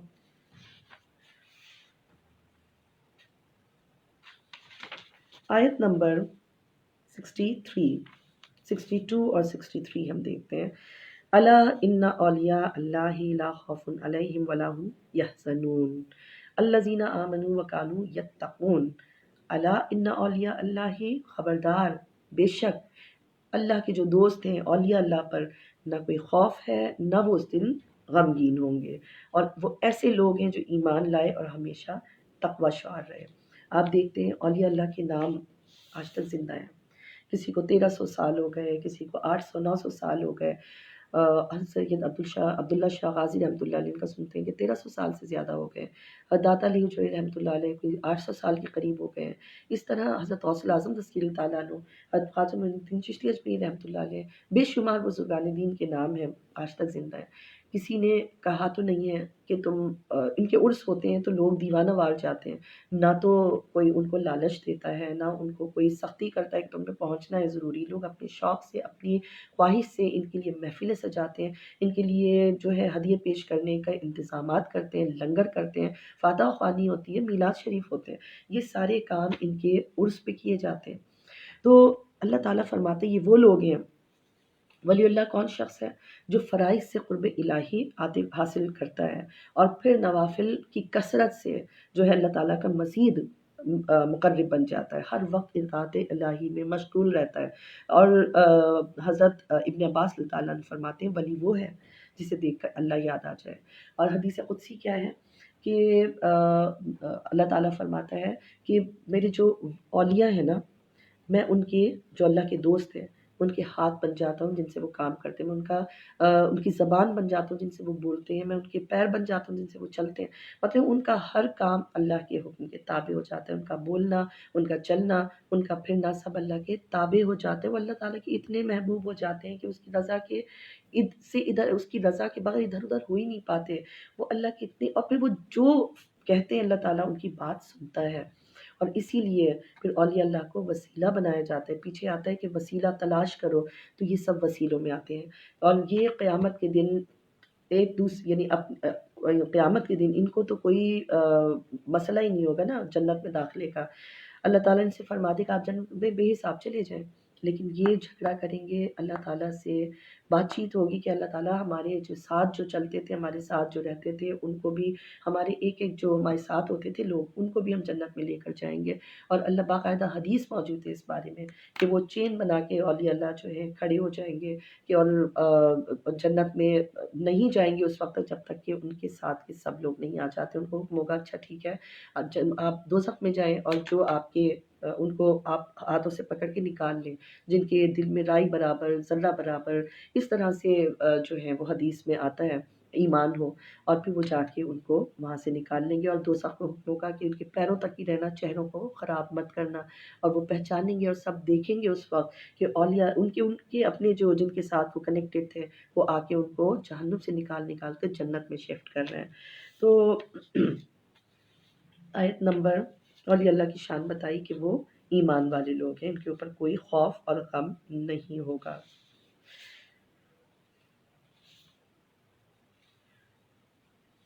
اللہ تعالیٰ فرما رہا ہے آیت نمبر 67 میں، وہی ہے جس نے تمہارے لیے رات بنائی. کیوں بنائی رات؟ تم آرام کرو. دن بنایا، روشن کیا تاکہ تم کام کاج کرو. دن مشقت کے لیے بنایا. آگے پھر آیت نمبر 68 میں وہی آ جاتا ہے کہ انہوں نے اللہ تعالیٰ کا بیٹا بنا لیا ہے، حالانکہ وہ تو اس چیزوں سے بے نیاز ہے. آیت نمبر 71 سے اب قصے شروع ہو رہے ہیں. نوح علیہ السلام کا قصہ دوبارہ شروع ہو رہا ہے. اللہ تعالیٰ اپنے جو محبوب بندے ہوتے ہیں ان کا ذکر بار بار فرماتا ہے. حضرت نوح علیہ السلام، حضرت آدم علیہ السلام، حضرت ہود علیہ السلام، حضرت شعیب علیہ السلام، حضرت موسیٰ علیہ السلام، حضرت عیسیٰ علیہ السلام. بار بار ذکر آ رہا ہے. سختیوں کا بھی ذکر آ رہا ہے اور راحتوں کا بھی ذکر آ رہا ہے. ہر قسم کا ان کا پیغام پہنچا دینے کا بھی ذکر آ رہا ہے. تو یہ سارے ذکر کر کے اللہ تعالیٰ نے بتا دیا ہے کہ تم قرآن پاک پڑھتے ہو، یہ سارا ریپیٹ کرتے ہو. تو جب امام حسین علیہ السلام کی شہادت کا وقت آئے، جب وہ والا وقت آئے تو ان کو بھی یاد کرو، کیونکہ یہ میری شان ہے. میں ان کو یاد کرتا ہوں، محبوب بندوں کے غم کو بھی یاد کرتا ہوں، ان کی خوشیوں کو بھی یاد کرتا ہوں. تو بعض لوگ پوچھتے ہیں کہ یہ ہر سال محرم میں ایک ہی ذکر کیوں؟ تو ذکر تو نہیں بدل سکتا، ذکر تو وہی ایک رہے گا. ذکر اسی لیے ہے کہ جب قرآن پاک میں بار بار وہ سختیاں، وہ آزمائشیں بنی اسرائیل پر آئیں، پیغمبروں پر آئیں ان کا بار بار ذکر ہے، لڑکوں کو ذبح کر دیا جاتا تھا، لڑکیوں کو زندہ رکھا جاتا تھا، بار بار فرعون کے مظالم کا ذکر ہے۔ تو اب کیونکہ وحی کا نزول ختم ہو گیا، اب کوئی اور کتاب نہیں آنی، اس کے بعد ہمارے لیے لائن کیا سیٹ ہو گئی کہ اللہ کے محبوب بندوں کا ذکر ہوگا، آقا علیہ السلام کے نواسوں کے ساتھ جو کچھ ہوا اب وہ ذکر کرتے رہنا اللہ کی سنت ہے، اپنی محبوب ہستیوں کا ذکر کرنا، ان کے مصائب و آلام کا ذکر کرنا، تو ہم اللہ کی سنت کو اپناتے ہوئے اسی ذکر کو بار بار کرتے ہیں، کیونکہ قرآن پاک دورہ قرآن جگہ جگہ ہوتے ہیں، رمضان المبارک میں خاص طور پر ابھی ایک ہی دفعہ آپ قرآن پاک پڑھیں تو وہی قصے بار بار آتے ہیں، تو یہ بھی تو ریپیٹیشن ہی ہے، لیکن ہم بار بار پڑھتے ہیں، ہر دفعہ ثواب مل رہا ہے، ہر حرف پہ ثواب مل رہا ہے، ہر حرف پہ 10 نیکیاں مل رہی ہیں، تو ایسا کیسے ہو سکتا ہے کہ جب قرآن پاک کا نزول اب بند ہو گیا، اب نبی صلی اللہ علیہ وسلم کی اپنی فیملی کے ساتھ جو کچھ ہوا اب ہم اسے کیوں نہ بیان کریں، اس غم کو، اس تکلیف کو ہم کیوں بار بار بیان نہ کریں، وہ ہمارے اوپر فرض ہو گیا قرآن پاک کی روشنی میں۔ حضرت نوح علیہ السلام کا قصہ اللہ تعالیٰ فرما رہا ہے کہ ان کا قصہ عطا فرمائیے، انہوں نے اپنی قوم سے کہا کہ میں تمہیں نصیحت کرتا ہوں، اور ان کے اوپر یہ نصیحت گراں گزرتی تھی، اور تم شریک نہ کرو لوگ کسی کو اللہ کے ساتھ، لیکن انہوں نے منہ پھیر لیا۔ آگے آیت نمبر 72 میں جو یہ بار بار چیز یہ آ رہی ہے، میں تم سے کوئی معاوضہ تو نہیں مانگتا، معاوضہ نہ مانگنے کا ہر پیغمبر کے ساتھ ذکر آ رہا ہے۔ پیچھے نبی صلی اللہ علیہ وسلم کا آیا تھا کہ میں تم سے اس کام کا کوئی معاوضہ نہیں مانگتا، میری اجرت تو اللہ کے پاس ہے، اور ہر پیغمبر نے یہی فرمایا کہ میری اجرت اللہ کے پاس ہے، میں نے تم سے کوئی اجرت نہیں مانگی۔ قوم نے آپ کو جھٹلایا، اور پھر کیا ہوا کہ آپ نے کشتی بنائی، اور کشتی بنا کے اللہ تعالیٰ نے فرمایا کہ کشتی میں جو تھے ہم نے ان کو نجات دے دی، اور اہل بیت کے لیے نبی صلی اللہ علیہ وسلم نے فرما دیا حدیث میں کہ میرے اہل بیت کشتی نوح کی مانند ہے، جو اس میں سوار ہو گیا فلاح پا گیا، جو اس سے رہ گیا وہ غرق ہو گیا۔ تو اللہ تعالیٰ فرما رہا ہے کہ ہم نے ان کو ڈبو دیا، غرق کر دیا۔ پھر ان کے بعد کتنے اور رسولوں کو بھیجا، حضرت موسیٰ اور ہارون علیہ السلام کا دوبارہ ذکر آ گیا، پھر حضرت موسیٰ علیہ السلام کے وہ سارے ڈائلاگ جو فرعون کے ساتھ آئے وہ سارے آ رہے ہیں۔ پھر وہ کہنے لگے کہ تم اس لیے آئے ہو حضرت موسیٰ علیہ السلام سے کہ تم ہمارے آباء و اجداد کے دین سے ہمیں پھیر دو۔ پھر جادوگروں کا سارا قصہ وہ دوبارہ آ گیا ہے۔ پھر اللہ تعالیٰ فرماتا ہے کہ آیت نمبر 83 میں پس موسیٰ علیہ السلام پر ان کی قوم کے چند نوجوانوں کے سوا کوئی ایمان نہ لایا، اور فرعون اور اس کے سرداروں سے ڈرتے ہوئے کہ کہیں وہ ہمیں مصیبت میں مبتلا نہ کر دیں۔ اور یہ ہر قوم میں ہمیشہ سے یزید، فرعون، نمرود آتے رہے، اور ہر زمانے میں ہوئے ہیں، اور آج کے زمانے میں بھی ہیں، اور حالات وہی کے وہی ہوتے ہیں کہ کم لوگوں کی تعداد ہوتی ہے جو جہاد کے جذبے سے سرشار ہوتے ہیں، میجورٹی ان کی ہوتی ہے جو پیچھے بیٹھنے والوں میں سے ہوتے ہیں۔ پھر توکل کی بات آ رہی ہے 84 میں کہ موسیٰ علیہ السلام نے فرمایا کہ اے میری قوم، اگر تم ایمان لے آئے تو اللہ تعالیٰ پر لائے ہو اگر ایمان تو اسی پر توکل کرے ہو، تو انہوں نے کہا کہ ہاں ہم نے اسی پر توکل کیا ہے۔ اور پھر آیت نمبر 87 میں آتا ہے کہ ہم نے موسیٰ علیہ السلام کو ان کے بھائی کی طرف وحی کی، وحی کیا بھیجی کہ تم دونوں مصر میں اپنی قوم کے لیے چند مکانات تعمیر کراؤ، ٹھیک ہے، اور گھروں کو نماز کے وقت جو ہے نا قبلہ رخ بناؤ تاکہ نماز قائم کرو، اور وہاں پر ایمان والوں کو خوشخبری دو۔ آیت نمبر 88 میں آتا ہے کہ موسیٰ علیہ السلام نے کہا ہمارے رب، بے شک تو فرعون اور اس کے سرداروں کو دنیاوی زندگی میں اسباب، زینت اور مال و دولت کی کثرت انہیں دے رکھی ہے، تو ہمارے رب یہ یعنی اس طرح سے تو ہمارے لوگ جو ہیں کہیں ایسا نہ ہو کہ وہ بھی راہ سے بہک جائیں مال و دولت ان کی دیکھ کر، تو اے ہمارے رب تو ان کی دولتوں کو برباد کر دے، اور ان کے دلوں کو اتنا سخت کر دے کہ وہ پھر ایمان ہی نہ لا سکے۔ اور اللہ تعالیٰ نے فرمایا ہم نے تمہاری دعا دونوں کی قبول فرما لی، اور تم ثابت قدم رہنا، اور ایسے لوگوں کے راستے کی پیروی ہرگز نہ کرنا جو علم نہیں رکھتے۔ پھر بنی اسرائیل کو دریا پار اللہ تعالیٰ لے گیا آیت نمبر 90 میں، اور وہ ان سب کو فرعون کے لشکر کو ڈبو دیا۔ آیت نمبر 92 میں آپ دیکھیں تو اللہ تعالیٰ فرما رہا ہے کہ آج یہ ایمان، وہ کہہ رہا تھا نا کہ اچھا میں ایمان لاتا ہوں، تو اللہ تعالیٰ نے فرمایا کہ تو نے مستقل نافرمانی کی ہے اور فساد برپا کرنے والوں میں سے تھا، اور جب سب دیکھنے کے بعد تو ایمان لانا ہوتا ہی نہیں ہے۔ اللہ تعالیٰ فرماتا ہے کہ آیت نمبر 92 میں کہ آج ہم تیرے بے جان جسم کو بچا لیں گے، ٹھیک ہے، اور اس کو عبرت کا نشان بنا دیں گے۔ آج تک اس کی ممی انہوں نے خود ہی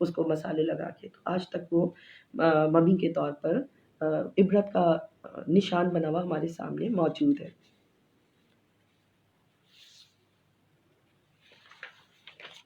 آیت نمبر 98، پھر قوم یونس کے سوا کوئی اور ایسی بستی نہ کیوں نہ ہوئی جو ایمان لائی ہو اور اس کے ایمان لانے نے اس کو فائدہ دیا۔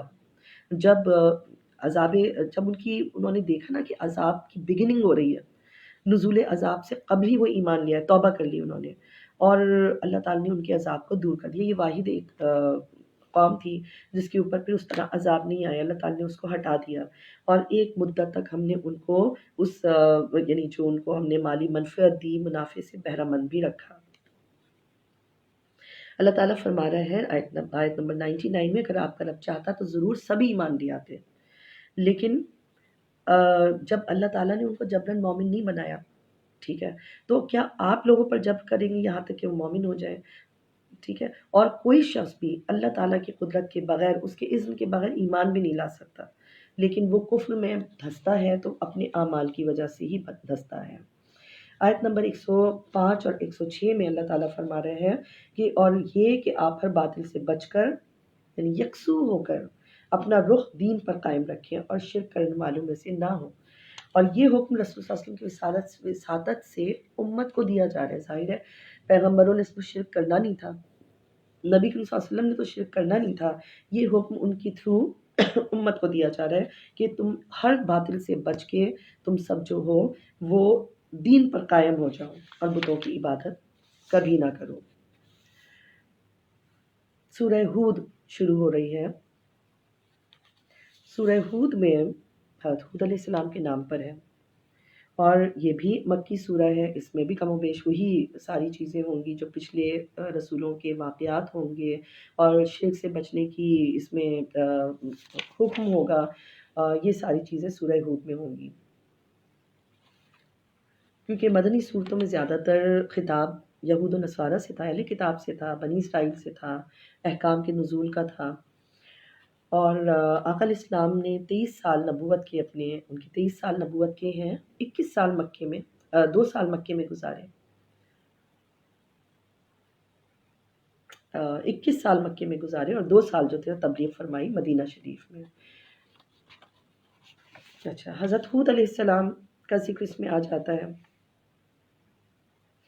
آیت نمبر 5 دیکھیں کہ جان لو بے شک وہ کفار اپنے سینوں کو دوہرا کر لیتے ہیں تاکہ اللہ تعالیٰ سے اپنے دلوں کا حال چھپا سکیں، لیکن اللہ تعالیٰ ان کی ایک ایک حرکت سے واقف ہے۔ اب یہاں پر پارہ نمبر 12 شروع ہو گیا ہے، اور پارہ نمبر 12 میں کنٹینیویشن اسی کی ہے سورہ ہود کی، اس کو اب ہم آگے کنٹینیو کرتے ہیں۔ آیت نمبر 6 کیا ہے؟ اس کی پہلی آیت ہے پارہ نمبر 12 کی کہ زمین میں کوئی بھی چلنے پھرنے والا ایسا نہیں جس کا رزق اللہ کے کرم پر نہ ہو، اس کے ذمہ کرم پر نہ ہو۔ وہ اس کے ٹھہرنے کی جگہ کو بھی جانتا ہے، اور جہاں وہ امانت کے طور پر رکھا گیا ہے یا جہاں وہ قبر میں رہے گا اس کی موت کی جگہ کو بھی سب کو وہ جانتا ہے۔ اور وہی ہے جس نے زمین اور آسمان کو پھر 6 روز میں تخلیق کیا، اور وہ عرش جو تھا وہ پانی پر تھا، اس کا تخت اقتدار پانی پر تھا، اور وہ ساری جو اللہ تعالیٰ دنیا کے بنانے کا جو ہے وہ سارے کی ساری آیتیں آ رہی ہیں جس میں اللہ تعالیٰ فرما رہا ہے کہ اس نے دنیا کیسے کریٹ کی۔ آیت نمبر 13 میں آ جاتا ہے کہ کیا یہ کفار کہتے ہیں کہ پیغمبر نے اس قرآن کو خود گھڑ لیا ہے؟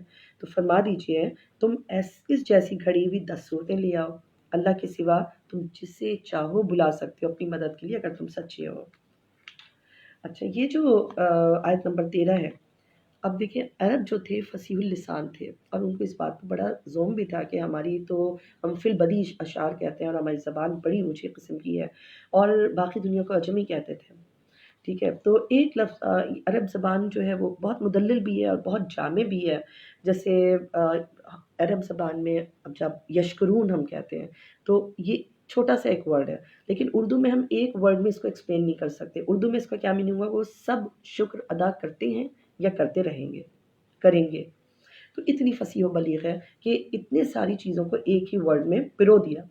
تو یہ فی البدی اشعار بھی کہا کرتے ہیں۔ آقا علیہ السلام جب مدینہ شریف ہجرت کر کے تشریف لائے تو بنی نجار کی جو بچیاں گیت گا رہی تھیں، وہ ترانہ طلع البدر علینا کہ ہم پر 14ویں کا چاند طلوع ہو گیا ہے، من ثنیات وداعی پہاڑوں کے پیچھے سے، وجب الشکر علینا واجب ہو گیا ہے ہمارے اوپر شکر ادا کرنا، ما دعا للہ دعا جب تک کہ دعا کرنے والا دعا کرتا رہے گا، یعنی قیامت تک ہمارے اوپر واجب ہو گیا ہے، فرض ہو گیا ہے کہ ہم اس خوشی کا کے اوپر جو ہے شکرانے بھیجتے رہیں۔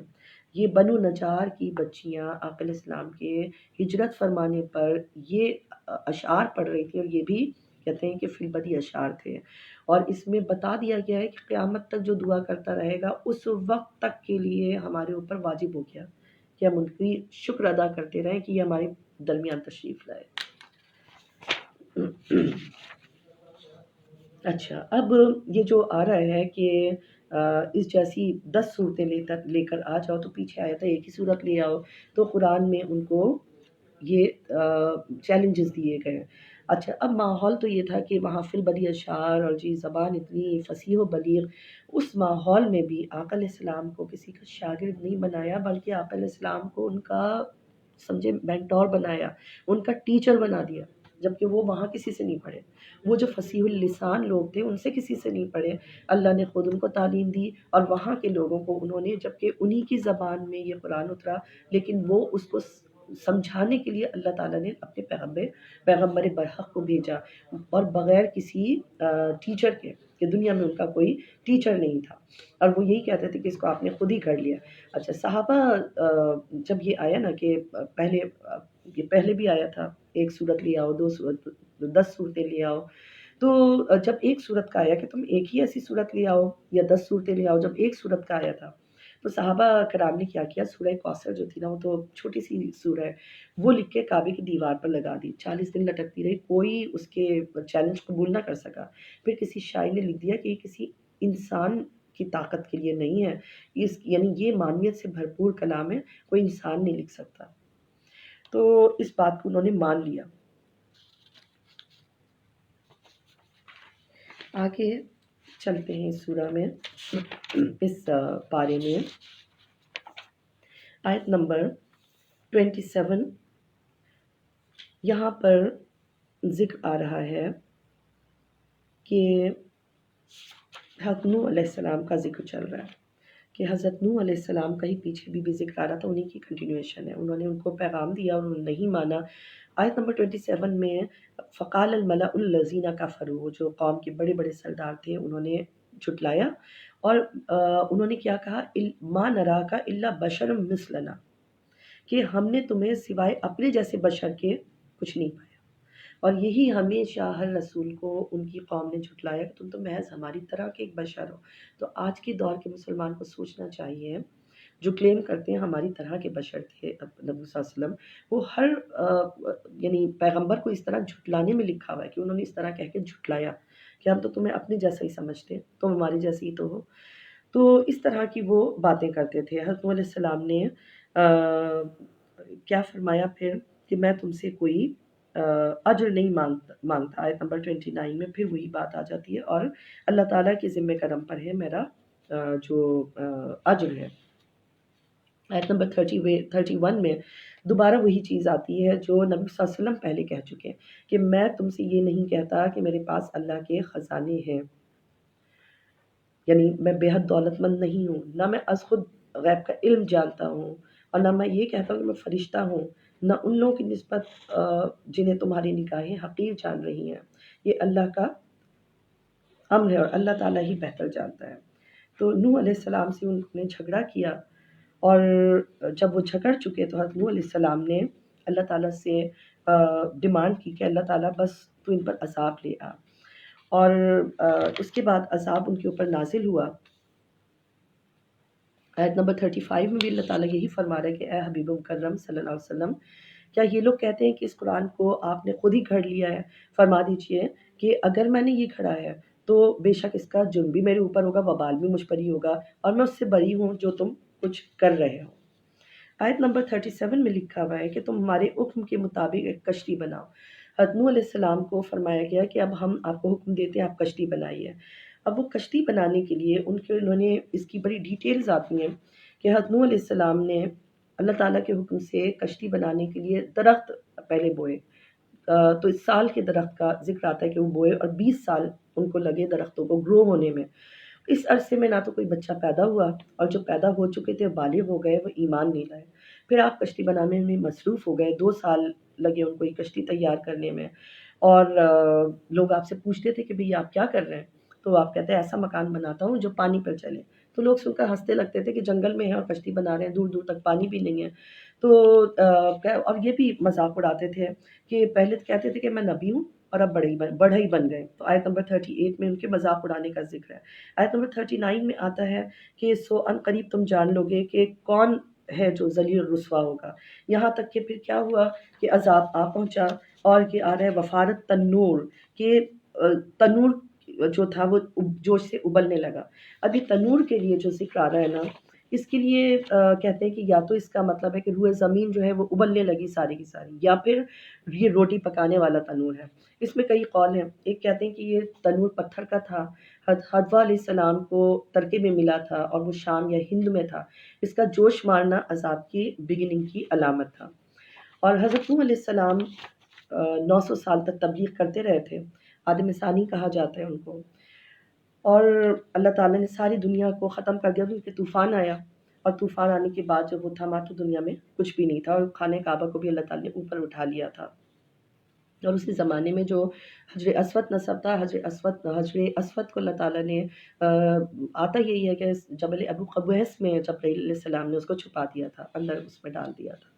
اچھا، اب آیت نمبر 40 میں کیا آ رہا ہے کہ ہم نے فرمایا کہ اس میں ہر جنس سے نر اور مادہ عدد 2 عدد پر مشتمل جوڑا سوار کر لو۔ تو اس کی ٹرپل اسٹوری ایک کشتی تھی، ایک بہت بڑا بیڑا تھا، ایک طرح سے بہت ہی بڑا بیڑا، اور اس میں انہوں نے 3 منزلیں بنائی تھی۔ سب سے نیچے والی منزل میں جو تھے درندے وحشی جانور تھے، دوسری منزل میں سب سے اوپر والی منزل میں حضرت نوح علیہ السلام تھے اور پرندے بھی تھے۔ اس میں حضرت نوح علیہ السلام نے بہت سارے اجناس بھی رکھے، گیہوں وغیرہ، اور وہ ساری چیزیں بھی ڈلی۔ اور آیت نمبر 41 میں آتا ہے نوح علیہ السلام نے کہا تم لوگ اس میں سوار ہو جاؤ، اللہ ہی کے نام سے اس کا چلنا ہے، اللہ ہی کے نام سے اس کا ٹھہرنا ہے۔ بسم اللہ کہتے تھے، وہ چل پڑتی تھی، اور پھر وہ کشتی جو تھی پہاڑوں جیسی طوفانی لہروں میں انہیں لیے چلی جاتی تھی۔ اس دوران ان کی بیٹی پہ اپنی نظر پڑی، تو اس کو بلایا کہ آ جاؤ تم بھی اس کشتی میں آ جاؤ، لیکن بیٹا کہنے لگا کہ نہیں نہیں، میں کسی پہاڑ کے پیچھے ہو جاؤں گا۔ تو حضرت علیہ السلام نے فرمایا کہ آج اللہ کے عذاب سے کسی کو کوئی نہیں بچا سکتا۔ اسی دوران موج حائل آ گئی اور وہ بیٹا ڈوب گیا۔ ان کی جو بیوی تھی وہ بھی جو تھی طوفان نوح میں وہ بھی ختم ہو گئی۔ اور جب یہ طوفان اوور ہو گیا تو اللہ تعالیٰ نے فرمایا کہ اے زمین اب پانی نکل جا۔ اب انہوں نے اس کو کوے کو بھیجا کہ جا کے چیک کر کے آؤ کہ زمین پہ سے پانی اتر گیا ہے کہ نہیں اتر گیا۔ تو کفا کیونکہ بدخصلت ہے، وہ وہاں پر مردار چیزیں کھانے میں لگ گیا۔ پھر اس کو بھیجا، کبوتر کو بھیجا، کبوتر اپنی چونچ میں ٹہنی لے کر آیا، تو پتہ چلا کہ یہ طوفان جو ہے وہ تھم گیا ہے، یعنی پانی نیچے ہو گیا۔ تو یہ جودی پہاڑ پر یہ ان کی جو آیت نمبر 44 میں آیا ہے کہ جودی پہاڑ پر یہ ٹھہر گئی ان کی کشتی۔ آگے پھر حضرت نوح علیہ السلام کا فردر جو ذکر آ رہا ہے آیت نمبر 45 اور 46۔ حضرت نوح علیہ السلام کے دل میں اپنے بیٹے کے لیے ایک سافٹ کارنر آیا کہ بے شک میرا لڑکا بھی تو میرے گھر والوں میں داخل تھا، وہ بھی ڈوب گیا۔ تو اللہ تعالیٰ نے فرمایا اے نوح علیہ السلام، بے شک وہ تیرے گھر والوں میں شامل ہی نہیں تھا، یعنی وہ رہتا آپ کے ساتھ تھا لیکن ایمان والوں میں وہ نہیں تھا، اس کے عمل اچھے نہ تھے، بس مجھ سے وہ سوال نہ کریں جس کا آپ کو علم نہ ہو۔ پھر انہوں نے فرمایا اللہ مجھے اس بات پہ معاف فرما۔ اس کے بعد یہ اللہ تعالیٰ فرما رہے ہیں آیت نمبر 49 میں کہ یہ غیب کی خبریں ہیں جو ہم آپ کی طرف وحی کرتے ہیں۔ آیت نمبر 50 سے جیسے کہ یہ ہے سورہ ہود، حضرت ہود علیہ السلام کا ذکر آتا ہے کہ ہود علیہ السلام کو قوم عاد کی طرف بھیجا۔ انہوں نے بھی وہی میسج دیا کہ ایک اللہ کی عبادت کرو اور بہتان مت باندھو، شریک نہیں کرو، اور انہوں نے بھی یہی الفاظ دہرائے کہ میں تم سے اس تبلیغ پہ کوئی معاوضہ نہیں مانگتا۔ تو یہ جو بار بار ہر پیغمبر فرما رہا ہے کہ میں اجرت نہیں مانگتا کوئی بھی، تو یہ جو دین کے پرچار کرنے والے لوگ ہیں ان کے لیے خاص طور پہ ایک میسج ہے کہ وہ ڈیمانڈ ان کو نہیں کرنی چاہیے اگر وہ دین کا کوئی کام کر رہے ہیں۔ تو انہوں نے بھی، ان کے ساتھ بھی یہ سب کچھ ہوا، ان کو بھی جھٹلایا گیا اور قوم کے جو بڑے بڑے سردار تھے انہوں نے ان کو جھٹلایا۔ اور پھر آیت نمبر 58 میں آتا ہے کہ جب ہمارا حکم عذاب پہنچا تو ہم نے ہود علیہ السلام کو ان کے ساتھ ایمان والوں کو اپنی رحمت سے بچا لیا اور ان کی قوم کو سخت عذاب دیا۔ آیت نمبر 61 میں اللہ تعالیٰ فرما رہا ہے کہ ہم نے سمود کی طرف ان کے بھائی یعنی ہود علیہ السلام کے بھائی صالح علیہ السلام کو بھیجا، اور انہوں نے بھی یہی سب کچھ فرمایا، اور ان کے ساتھ بھی ان کی قوم نے یہی سب کچھ بولا کہ جی آپ تو غلط کہہ رہے ہیں، اور ہم میں سے کوئی یعنی ان میں سے میجورٹی جو ہے ان کے اوپر ایمان لانے پہ تیار نہیں ہوئی۔ ان کا ٹھیک ہے آپ ہمارے لیے کوئی اونٹنی نکال دیں چٹان میں سے، تو انہوں نے وہ اونٹنی برآمد کی جو جس کے ساتھ ایک بچہ بھی تھا۔ تو انہوں نے کہا کہ دیکھو میری قوم یہ خاص طریقے سے پیدا ہوئی اونٹنی ہے، تمہارے لیے میری نشانی ہے، اللہ تعالیٰ کی نشانی ہے، تو اس کو کھلے چھوڑے رکھنا اور یہ زمین میں جہاں چاہے کھاتی پھرے۔ اور پھر جو کنواں تھا انہوں نے کہا ایک دن کنویں کا اس کا ہوگا، یہ پانی پیے گی اونٹنی، اور ایک دن تم لوگ پیو گے۔ یہ بات ان کو بہت بری لگی، ان کو اس سے حسد ہونے لگا، انہوں نے اس کو کاٹ ڈالا، ذبح کر ڈالا، اور اس کے بعد ان کے اوپر عذاب آیا۔ جب انہوں نے آیت نمبر 65 میں آ رہے ہیں، انہوں نے جب اس کو ذبح کر ڈالا تو صالح علیہ السلام نے کیا فرمایا کہ اب تم اپنے گھروں میں صرف 3 دن عیش کر لو، یہ وعدہ ہے جو کبھی جھوٹا نہ ہوگا۔ اور پھر ہم نے حضرت صالح علیہ السلام کو بھی جو اور ان کے ساتھ جو ایمان لائے تھے ان کو رحمت کے سبب بچا لیا، اور ان کو جو قوم تھی اس کو ہم نے رسوا کر دیا۔ اور ان کو کیا عذاب آیا؟ آیت نمبر 67 میں آ رہا ہے کہ ان ظالم لوگوں کو ہولناک آواز نے آ پکڑا، اور صبح انہوں نے اس طرح کی کہ اپنے گھروں میں اوندھے پڑے ہوئے تھے۔ آیت نمبر 69 میں ذکر شروع ہو جاتا ہے حضرت ابراہیم علیہ السلام کا، اور حضرت ابراہیم علیہ السلام کے ساتھ ہی حضرت لوط علیہ السلام کا ذکر شروع ہو جاتا ہے، کیونکہ یہ زمانہ ایک ہی تھا۔ حضرت لوط علیہ السلام حضرت ابراہیم علیہ السلام کے بھتیجے تھے، اور حضرت ابراہیم علیہ السلام کے پاس تو فرشتے آئے تھے خوشخبری لے کر۔ انہوں نے سلام کہا۔ حضرت ابراہیم علیہ السلام کیونکہ بہت زیادہ مہمان نواز تھے، اور وہ پسند فرماتے تھے کہ ہمیشہ کھانا مہمان کے ساتھ کھائیں۔ انہوں نے دیکھا کہ مہمان آ گئے تو انہوں نے میزبانی کی بھنے ہوئے بچڑے کے ساتھ۔ اب جب ابراہیم علیہ السلام نے دیکھا کہ یہ تو کھانے کی طرف ہاتھ ہی نہیں بڑھا رہے، آیت نمبر 70 میں، تو انہیں تھوڑا سا خوف فیل ہوا۔ تو انہوں نے فرمایا کہ آپ ڈریے مت، ہم تو اللہ تعالیٰ کی طرف سے بھیجے ہوئے ہیں۔ ان کی جو اہلیہ تھیں حضرت سارہ علیہ السلام، وہ ہنس پڑیں، تو ہم نے ان کو خوشخبری سنائی کہ اسحاق علیہ السلام کی، اور پھر ان کے بعد حضرت یعقوب علیہ السلام کی۔ تو وہ کہنے لگیں کہ ان کو حیرت ہوئی کہ ایسا کیسے ہو سکتا ہے، تو اتنی بوڑھی ہو چکی ہوں، میرے شوہر بھی بوڑھے ہیں۔ تو آیت نمبر 73 میں فرشتوں نے کہا کہ اے گھر والو، تم پہ اللہ تعالیٰ کی رحمتیں اور برکتیں۔ اور آپ دیکھتے ہیں کہ وہ جو درود شریف ہم لوگ پڑھتے ہیں، درود ابراہیمی، اس میں بھی یہ آتا ہے کہ اللہ تعالیٰ برکت اور رحمت نازل فرمائے ابراہیم علیہ السلام پر، ان کی اولاد پر، اور آقا علیہ السلام پر اور ان کی اولاد پر۔ تو بے شک ابراہیم علیہ السلام بڑے متحمل مزاج تھے، لیکن ہوا کہ آیت نمبر 74 میں دیکھیں کہ جب یہ خوف ان کا جاتا رہا یہ باتیں سن کے، تو یہ جو تھے فرشتے انہوں نے کہا کہ اب ہمیں قوم لوط کی طرف جانا ہے، وہاں عذاب کے لیے آئے ہیں ہم۔ تو اس بات پہ حضرت ابراہیم علیہ السلام نے ان کے ساتھ تھوڑی سی بحث کی، تو انہوں نے کہا کہ نہیں، یہ عذاب تو ان کے اوپر آ چکا ہے، تو یہ تو ہونا ہی ہونا ہے، اسے پلٹایا نہیں جا سکتا۔ پھر یہ فرشتے حضرت لوط علیہ السلام کے پاس آئے، اور وہ آئے بہت خوبصورت لڑکوں کی شکل میں۔ اب وہ حضرت لوط علیہ السلام پریشان ہو گئے کہ میری قوم تو ہے ہی بد کردار، وہ آپ لوگوں کو دیکھے گی تو وہ تو بہت ہی برا حشر کر دے گی، تو یہ میری ان کی قوم والوں کو پتہ چل گیا کہ ان کے مہمان آئے ہوئے ہیں، بہت ہی خوبصورت ہیں، تو وہ سب کے سب آ گئے۔ حضرت لوط علیہ السلام کے ساتھ ان کا ڈائلاگ ہوا، ان کا کہ ہم کچھ نہیں جانتے، ہمیں کسی سے کوئی غرض نہیں، ہمیں بس یہی چاہیے۔ حضرت لوط علیہ السلام نے سے حضرت یہ جو آئے ہوئے تھے فرشتے، انہوں نے ان سے کہا کہ کوئی بات نہیں، ہم اللہ کی طرف سے ہی آئے ہوئے ہیں، اور آپ کی قوم کے اوپر عذاب آئے گا، آپ راتوں رات اپنے گھر والوں کو، ایمان والوں کو لے کے نکل جائیں، اور پیچھے مڑ کے مت دیکھیے گا، لیکن آپ اپنی عورت کو ساتھ مت لیجیے گا، وائلہ نام تھا، وہ جو ہیں وہ پیچھے رہ جانے والے میں سے ہیں۔ آیت نمبر 82 میں کیا رہا ہے کہ پھر جب ہمارا حکم عذاب آ پہنچا تو ہم نے اس بستی کو بالکل اوپر نیچے کر دیا، اوپر کا حصہ بالکل نیچے اور نیچے کا حصہ اوپر کر کے، اس کے بعد اس کے اوپر پتھر اور پکی ہوئی مٹی کے کنکریاں برسائیں جو تہ در تہ ان کے اوپر گرتے رہے، اور یہ جو ساری کنکریاں گری یہ نشان لگی ہوئی تھی، یعنی ہر شخص کے نام کے ساتھ تھیں اور اس کو لگیں اور ظالموں کے اوپر پڑی اور وہ ختم ہو گئے۔ یہ حضرت لوط علیہ السلام کا قصہ ختم ہوا۔ اس کے بعد حضرت شعیب علیہ السلام کا، جو مدین اہل مدین کی طرف ان کے بھائی شعیب علیہ السلام کو بھیجا۔ یہاں جو بار بار آ رہے ہیں ان کے بھائی اور ان کے بھائی کو بھیجا اور ان کے بھائی کو بھیجا، اس کا مطلب یہ نہیں کہ وہ آپس میں سارے سگے بھائی تھے۔ یہ انبیاء کی جو ہے سارے انبیاء جو ہیں ان کو آپس میں بھائی بھائی کہا گیا ہے، وہ ان کی نسبت نبی ہونے کے ناطے بھائی والی ہے۔ انہوں نے بھی یہ کہا تم نعت پون میں کمی نہ کیا کرو اور میں خوف محسوس کرتا ہوں کہ تمہیں اللہ کا عذاب گھیر لے گا۔ ان کے ساتھ بھی یہی سب کچھ ہوا کہ تم ہمیں اللہ کی علاوہ جو ہم بتوں کی پرستش کرتے تم ہمیں اس سے روکنا چاہتے ہو۔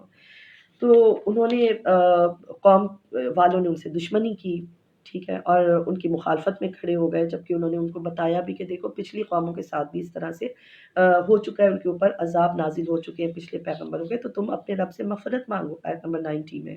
لیکن وہ کہنے لگے ہمیں آپ کی باتیں سمجھ نہیں آتی اور ہم تو آپ کو ایک کمزور شخص ہی جانتے ہیں، تو ہماری نظر میں آپ کو عزت والے نہیں ہیں۔ تو اس کے بعد وہ فرماتے ہیں آیت نمبر 93 میں کہ ٹھیک ہے تم اپنا کام کرو، میں اپنا کام کر رہا ہوں، میں اپنا کام پورا کر چکا ہوں اور اللہ تعالیٰ فیصلہ فرما دے گا اور میں انتظار کرتا ہوں۔ اور اس کے بعد کیا ہوا کہ آیت نمبر 94 میں اللہ تعالیٰ فرما رہا ہے کہ حکم عذاب جب آ پہنچا تو حضرت شعیب علیہ السلام کو اور ان کے ایمان والوں جو ساتھ میں ان کے ایمان والے تھے ان کو رحمت کے باعث بچا لیا اور خوفناک آواز میں ان کو آ پکڑا باقی قوم پر، وہ اپنے گھروں میں اوندھے منہ پڑے ہوئے تھے۔ صبح ایسا تھا جیسے وہ اب تھے ہی نہیں۔ اب یہ جو حضرت موسیٰ علیہ السلام کا اس کے بعد ذکر آ گیا، فرعون کا مکالمہ آ گیا، بار بار یہ ساری چیزیں اللہ تعالیٰ ڈسکس کر رہا ہے۔ آیت نمبر 100 میں آ جاتا ہے رسول معظم صلی اللہ علیہ وسلم، یہ جو بستیوں کے قصے ہیں یہ ہم آپ کو جو سنا رہے ہیں ان میں سے کچھ برقرار ہیں اور کچھ نیز تو نابود ہو گئی ہیں۔ آگے آیت نمبر 113 ہے کہ تم ایسے لوگوں کی طرف مت جھکنا جو ظلم کر رہے ہیں، تمہیں آتش دوزخ آ چھوئے گی اور تمہارے لیے اللہ کے سوا کوئی مددگار نہ ہوگا، پھر تمہاری مدد نہیں کی جائے گی۔ اب یہاں ظلم کرنے کی مذمت نہیں آ رہی بلکہ ظلم کرنے والے لوگوں کی محبت دل میں رکھنے کی ذکر آ رہا ہے کہ تم ظلم تو نہیں کر رہے لیکن تم ظلم کرنے والوں کو پسند کر رہے ہو اور ان کو فیسیلیٹیٹ کر رہے ہو، ان کی محبت تمہارے دل میں موجود ہے، تو تم ایسے لوگوں کی طرف مت جھکو۔ ایسے لوگوں کی طرف اگر تم انکلائنڈ بھی ہوگے، تمہارے دل میں ایسے لوگوں کی طرف اگر محبت فیل ہوگی تو تم کیا ہوگا، تو تمہیں بھی آتش دوزخ آ چھوئے گی اور پھر تمہاری بھی مدد نہیں کی جائے گی۔ تو اپنی پسند جو ہے وہ پسند اللہ تعالیٰ نے فرمایا کہ پسند جو ہے اپنی ایمان والوں ہی کے ساتھ رکھو، کیونکہ جو جس کو اپنی یعنی محبت کرتا ہوگا اسی کے ساتھ اس دنیا سے اٹھے گا۔ تو ہمیں اپنی محبتیں چیک کرنی چاہیے کہ ہمیں ایمان والوں سے اپنی محبتیں رکھنی چاہیے، ظالم کے ساتھ ہمیں چاہے اس میں کوئی بھی خوبی نظر آ رہی ہو لیکن ظالم سے اس کے ظلم کی وجہ سے کنارہ کش ہونا چاہیے، ان کو پسند نہیں کرنا چاہیے۔ سورہ یوسف شروع ہو جاتی ہے جس کو احسن القصص کہا گیا ہے۔ یہ سب سے خوبصورت قصہ قرآن پاک میں جو بیان کیا گیا ہے، باقی جتنے انبیاء کے قصے آئے ہیں آپ دیکھتے ہیں وہ ڈفرینٹ جگہوں پر اللہ تعالیٰ نے پیسز میں ان کو پیش کیا ہے، لیکن سورہ یوسف میں حضرت یوسف علیہ السلام کا قصہ پورا کا پورا ایک ہی صورت میں ڈیٹیل کے ساتھ موجود ہے اور یہ بہت ہی خوبصورت قصہ ہے۔ اس کو خود ہی قرآن پاک ہی کہتا ہے کہ یہ احسن القصص ہے، یہ بھی مکی سورہ ہے اور اللہ تعالیٰ فرماتا ہے کہ اس کے ذریعے یہ بہترین قصہ ہم آپ کے اوپر بیان کرتے ہیں۔ یہ قصہ کچھ اس طرح سے ہے کہ اگر آپ ترجمہ پڑھ لیں تو آپ کو تفسیر میں جانے کی بھی ضرورت نہیں پڑتی، سب کچھ موجود ہے اور نکتے اتنے سارے آپ کے اوپر کھلتے ہیں کہ آپ حیران رہ جاتے ہیں۔ قصہ خواب سے شروع ہوتا ہے۔ آیت نمبر 4 میں آ رہے ہیں کہ خواب اس طرح سے ہے کہ میرے والد گرامی میں نے خواب میں دیکھا 11 ستاروں کو، سورج اور چاند کو دیکھا ہے اپنے لیے سجدہ کرتے ہوئے۔ اب بعض لوگ کہتے ہیں خوابوں پر ہمیں خوابوں پہ کوئی یقین نہیں، تو سورہ یوسف تو اسٹارٹ ہی خواب سے ہو رہی ہے۔ پیچھے آگے سورہ فتح آئے گی تو اس میں بھی نبی صلی اللہ علیہ وسلم کے خواب کا ہی ذکر آ رہا ہے اور یہ سورہ یوسف میں تو بہت سارے خواب کا ذکر آ رہا ہے۔ ایک ان کا خواب ہے، پھر جو دو ان کے جیل میں جو تھے ملزم ان کے خواب ہیں، پھر عزیز مصر کا خواب ہے، تو خواب ہی خواب ہے اور اس میں ان کو خوابوں کی تعبیر کا علم دیا گیا۔ آیت نمبر 5 میں دیکھیں کہ حضرت یعقوب علیہ السلام کیا فرما رہے، اے میرے بیٹے اپنے یہ خواب اپنے بھائیوں سے بیان نہ کرنا، ورنہ وہ تمہارے خلاف کوئی پرفریب چال چلیں گے۔ تو مطلب کیا ہوا، جیسے بعض لوگ کہتے ہیں حضرت یعقوب علیہ السلام کو اگر غیب کا علم ہوتا تو وہ روتے ہی کیوں اتنا، جب انہیں پتا تھا وہ زندہ ہیں، ان کو تو غیب کا علم تھا۔ تو وہ روتے تو تھے لیکن وہ ساتھ میں یہ بھی کہتے تھے کہ میں صبر کر رہا ہوں، اور تم جھوٹ بول رہے ہوگے جو تم قمیض لے کر آگے ہو خون میں لتیڑ کے۔ اور اس کے علاوہ یہاں جب وہ فرما رہے ہیں تو یہ بھی تو غیب کا علم ہے کہ تم اب بھائیوں سے نہ کرنا، ورنہ تم یہ بات بالکل نہ کرنا ان سے، ورنہ وہ تمہارے خلاف کوئی پرفریب چال چلیں گے۔ اور اسی طرح آگے وہ فرما رہے ہیں کہ اللہ تعالیٰ تمہیں منتخب فرما لے گا، تمہیں ان باتوں کے انجام تک پہنچنا سکھائے گا، یعنی خوابوں کا علم عطا فرمائے گا۔ یہ سارا کا سارا بھی تو آپ دیکھیں غیب کا علم ہی ہے، جو انہیں بتا رہے ہیں کہ اللہ تعالیٰ تمہیں یہ عطا فرمائے گا، تم پر اپنی تمام نعمتیں پوری فرمائے گا، جیسے اس سے قبل تمہارے باپ دادا پہ جو پیغمبر تھے ان پر اللہ تعالیٰ نے عطا کی۔ اور اللہ تعالیٰ جو ہے بڑی حکمت والا ہے۔ تو 11 ستارے، کیونکہ ان کے 11 بھائی تھے، 10 بھائی جو تھے ان کے، وہ ان کی دوسری ماں سے تھے، سوتیلے بھائی تھے، اور حضرت یوسف علیہ السلام اور ان کے سگے بھائی حضرت بنیامین علیہ السلام، یہ دو ایک ہی مدر سے تھے، تو یہ ایک ہو گئے اور 11 ان کے بھائی ہو گئے۔ تو انہوں نے جو خواب میں دیکھا تھا کہ میرے والد گرامی سورج اور چاند، یعنی ان کے والدین اور 11 ستارے یہ سب سجدہ کر رہے ہیں، تو انہوں نے فرمایا تھا کہ یہ سجدہ کرنے والا جو ہے نبوت ملے گی اور یہ سب کچھ ان کو عطا ہوگا، نبوت کا بھی ملنے کا فرمایا اور حکمت کا بھی ملنے کا فرمایا، اور یہ جو ہے خواب کی تعبیر کا علم اللہ تعالیٰ فرمائے گا۔ اب اگر خواب ہی نہیں ہوتے کوئی تو خوابوں کی تعبیر کا علم اللہ تعالیٰ نے دیا کیوں؟ نبی صلی اللہ علیہ وسلم سے بھی روزانہ فجر کے بعد آقا علیہ السلام فرماتے تھے صحابہ کرام سے جس نے جو خواب دیکھا ہے وہ تعبیر پوچھ لے، تو وہ اپنے خواب بتاتے تھے، نبی صلی اللہ علیہ وسلم کی تعبیر عطا فرماتے تھے۔ پھر وہ قصہ پورا شروع ہو جاتا ہے، اور کہ ان کو ظاہر دکھایا تھا کہ چھوٹے ہیں، وہ یہ بات یعنی آگے آیت نمبر 7 میں آتا ہے کہ بے شک یوسف علیہ السلام اور ان کے بھائیوں میں پوچھنے والوں کے لیے بہت ساری نشانیاں ہیں۔ ان کے بھائیوں نے فیل کیا تھا کہ حضرت یعقوب علیہ السلام ان کی نسبت، ان کے بھائیوں کی نسبت یوسف علیہ السلام سے زیادہ محبت کرتے ہیں، تو ان کو یہ چیز بڑی کھٹکتی تھی، کہتے ہیں ہم اتنے قوی ہیکل ہیں اور وہ بھی بڑے خوبصورت تھے، لمبے چوڑے تھے، تو ان کو یہ چیز بڑی کھلتی تھی، تو انہوں نے یہ پروگرام بنایا، آیت نمبر 9 میں ہے کہ یوسف علیہ السلام کو ہم قتل کر ڈالیں گے یا پھر کہیں پھینکائیں گے، تو اور بعد میں توبہ کر لیں گے۔ تو ان میں سے ایک نے کہا کہ تم قتل مت کرنا بلکہ تاریک کنویں میں گہرائی میں ڈال دو، کوئی مسافر لے جائے گا تو ہم پر بعد میں توبہ کر لینا۔ انہوں نے اپنے فادر سے کہا، حضرت یعقوب علیہ السلام سے، کہ آپ ان کو ہمارے ساتھ جانے دیں۔ تو انہوں نے کیا فرمایا حضرت یعقوب علیہ السلام نے کہ مجھے یہ خیال مغموم کرتا ہے آیت نمبر 13 میں کہ تم اسے لے جاؤ اور میں خوفزدہ ہوں کہ کہیں سے بھیڑیا نہ کھا جائے، تم اس سے غافل رہو۔ اور یہ وہی ساری چیزیں تھیں جو ان کے دلوں میں تھیں، اور کیونکہ پیغمبروں کو علم دیا گیا ہے غیب کا، تو وہ غیب کے علم میں سے ہی فرمائے تھے کہ وہی الفاظ انہوں نے یوز کیے کہ بھیڑیا نہ کھا جائے۔ تو انہوں نے کہا کہ اگر بھیڑیا کھا جائے، اگر اسے کیسے کھا جائے گا، ہم اتنے قوی ہیکل ہیں، اتنے مضبوط ہیں، تو ہم تو اس کو بہت زیادہ سنبھال کے رکھیں گے۔ اور پھر ہم نے وہی بھیجی حضرت یوسف علیہ السلام پہ، جب انہوں نے کنویں میں ڈال دیا اور ان کی قمیص کو انہوں نے بھیڑیے کے خون میں رنگ کے وہ لے آئے اور ان کو ڈال دیا وہاں پر، تو حضرت جبرائیل علیہ السلام کو اللہ تعالیٰ نے حضرت یوسف علیہ السلام کے پاس بھیجا کہ آپ پریشان نہ ہو، ایک وقت آئے گا کہ آپ کا رتبہ بہت ہم بلند کر دیں گے۔ آیت نمبر 12 ہے، اب وہ ان کو تو انہوں نے کنویں میں ڈال دیا اور اس کے بعد مکاری کا رونا روتے ہوئے آئے، اور پھر ان کو انہوں نے کہا کہ جی ہم تو دوڑ کا مقابلہ کرنے چلے تھے، سامان صاف چھوڑ دیا تھا یوسف علیہ السلام کے، اسے بھیڑیا کھا گیا۔ اور وہ کیا فرمایا انہوں نے آیت نمبر 18 میں، حضرت یعقوب علیہ السلام نے کہا کہ بلکہ تمہارے نفسوں نے ایک کام تمہارے لیے بہت آسان اور خوشگوار بنا دیا، اور بے شک صبر ہی بہتر ہے۔ پھر وہاں پیچھے کیا ہوا کہ راہگیروں کا ایک قافلہ آ گیا، اور ان بھائیوں کو بھی فکر لگی ہوئی تھی کہ کیا ہوتا ہے، وہ بھی وہاں پہنچے، اور انہوں نے جب ڈول ڈال کے نکالا تو ڈول میں حضرت یوسف علیہ السلام جب برآمد ہوئے تو انتہائی حسین و جمیل تھے، اور مصر کی طرف وہ قافلہ جا رہا تھا، اور مصر میں آپ سب کو پتہ ہی ہے کہ وہاں پر بازار لگتا تھا اور غلام بیچے جاتے تھے اور خریدے جاتے تھے۔ یہ بھائی وہاں پہنچ گئے جب انہوں نے دیکھا کہ یہ ان کو لے کر جا رہے ہیں، ان کا کہ یہ تو ہمارے غلام ہیں جو بھاگ گیا تھا ہمارے پاس سے، تو اس کو تو آپ ہم سے خرید کے لے کر جائیں گے۔ تو انہوں نے ان کو چند درہموں کے عوض بیچ ڈالا، بھگوڑا غلام کہہ کے، آیت نمبر 20 میں یہی آ رہا ہے۔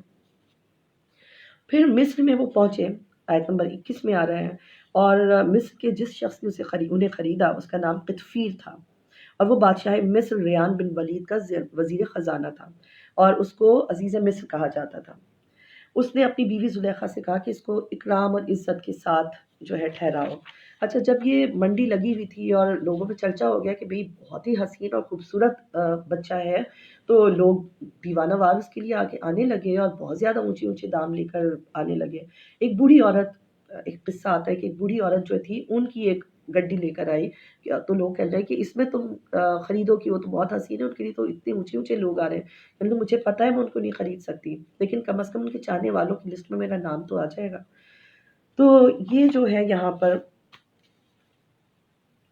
عزیز مصر اپنی بیوی سے کہتا ہے جس کا نام زلیخا، سب کا اتفاق ہے کہ اسے عزت و اکرام سے ٹھہراؤ، شاید یہ ہمیں کوئی نفع پہنچائے۔ اور پھر جب وہ جوانی کو پہنچ گئے، اللہ تعالیٰ نے انہیں حکمت اور علم یعنی نبوت سے سرفراز کیا، اور تعبیروں کا، خواب کی تعبیروں کا علم عطا فرمایا۔ اللہ تعالیٰ فرما رہا ہے آیت نمبر 22 میں، اسی طرح ہم نیکوکاروں کو صلہ بخشا کرتے ہیں۔ اور پھر جو زلیخا تھی، تو ویل نون قصہ ہے کہ اس کو وہ بہت اچھے لگنے لگے اور انہوں نے منع کر دیا ہر قسم کے برے کام سے، اور یہ حضرت یوسف علیہ السلام فرمانے لگے کہ جو تمہارا شوہر ہے وہ میرا مربی ہے، اس نے بڑی بڑی عزت سے مجھے رکھا ہے۔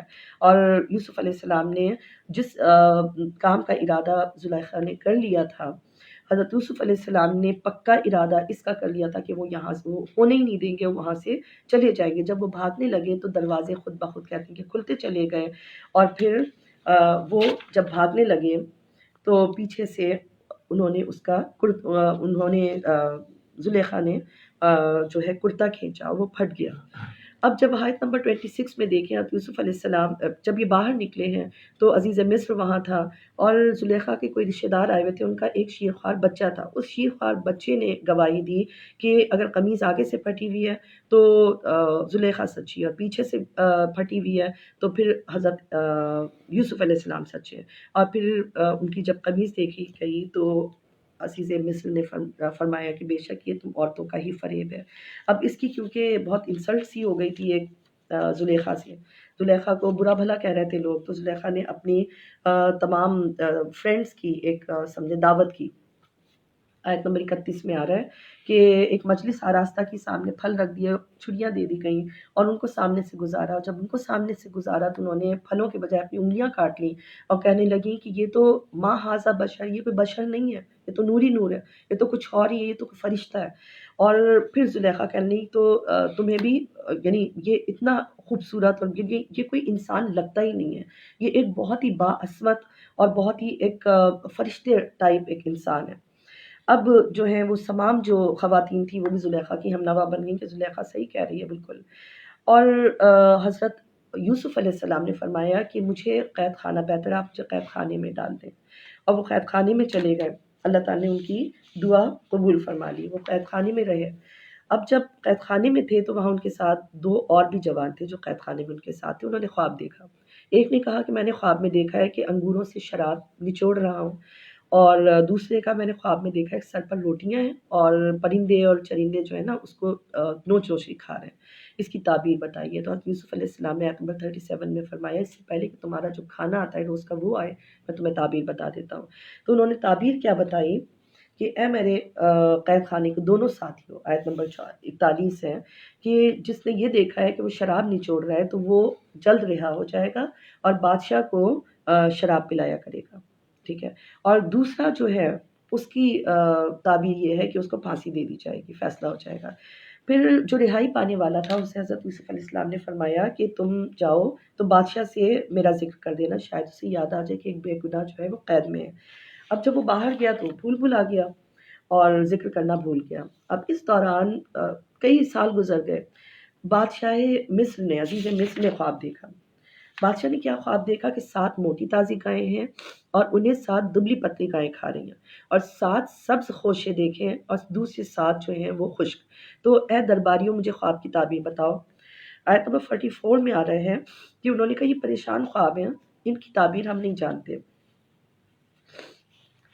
تو اب اس شخص کو یاد آیا جو رہائی پا چکا تھا، وہ بولا ایک مدت کے بعد مجھے وہ وعدہ یاد آیا۔ تو انہوں نے قید خانے میں پہنچا کہ بھئی یہ خواب دیکھا ہے تو آپ بتائیے۔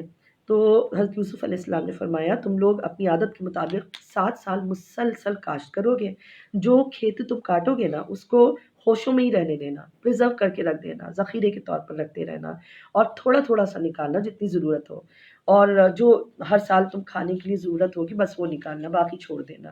اس کے بعد 7 سال جو آئیں گے بہت سخت آئیں گے اور قحط پڑ جائے گا، تو جو تم پہلے جمع کرتے رہے تھے نا وہ جو بچ جائے گا وہ تم محفوظ کر لو گے، وہ تم اس میں استعمال کرو گے، ٹھیک ہے۔ اب یہ جو 7 سال آئیں گے بہت سخت آئیں گے اور تم ان کو محفوظ کر یعنی جو تھوڑا بہت ہی بچے گا اور وہ تم نے جو جمع کیا ہوا ہے تمہارے کام آئے گا۔ آیت نمبر 49 میں آتا ہے کہ اس کے بعد 1 سال ایسا آئے گا کہ جس میں اتنی بارش ہوگی اور اتنے پھل ہوں گے کہ لوگ پھلوں سے رس نچوڑ لیا کریں گے۔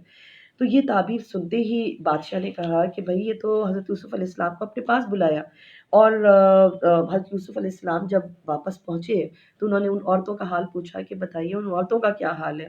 تو زلیخا سمیت سب عورتوں کو بلا کے بادشاہ نے پوچھا کہ تم پر کیا بیتا جب تم نے انہیں بہکانا چاہا؟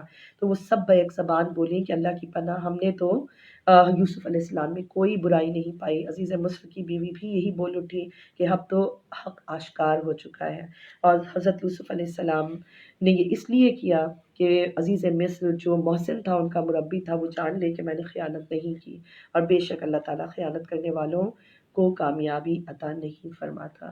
یہاں تک جو ہے 12واں سپارہ اوور ہوتا ہے، اور اس کے بعد اگلے سیشن میں انشاءاللہ ہم لوگ سورہ یوسف کو کنٹینیو کریں گے۔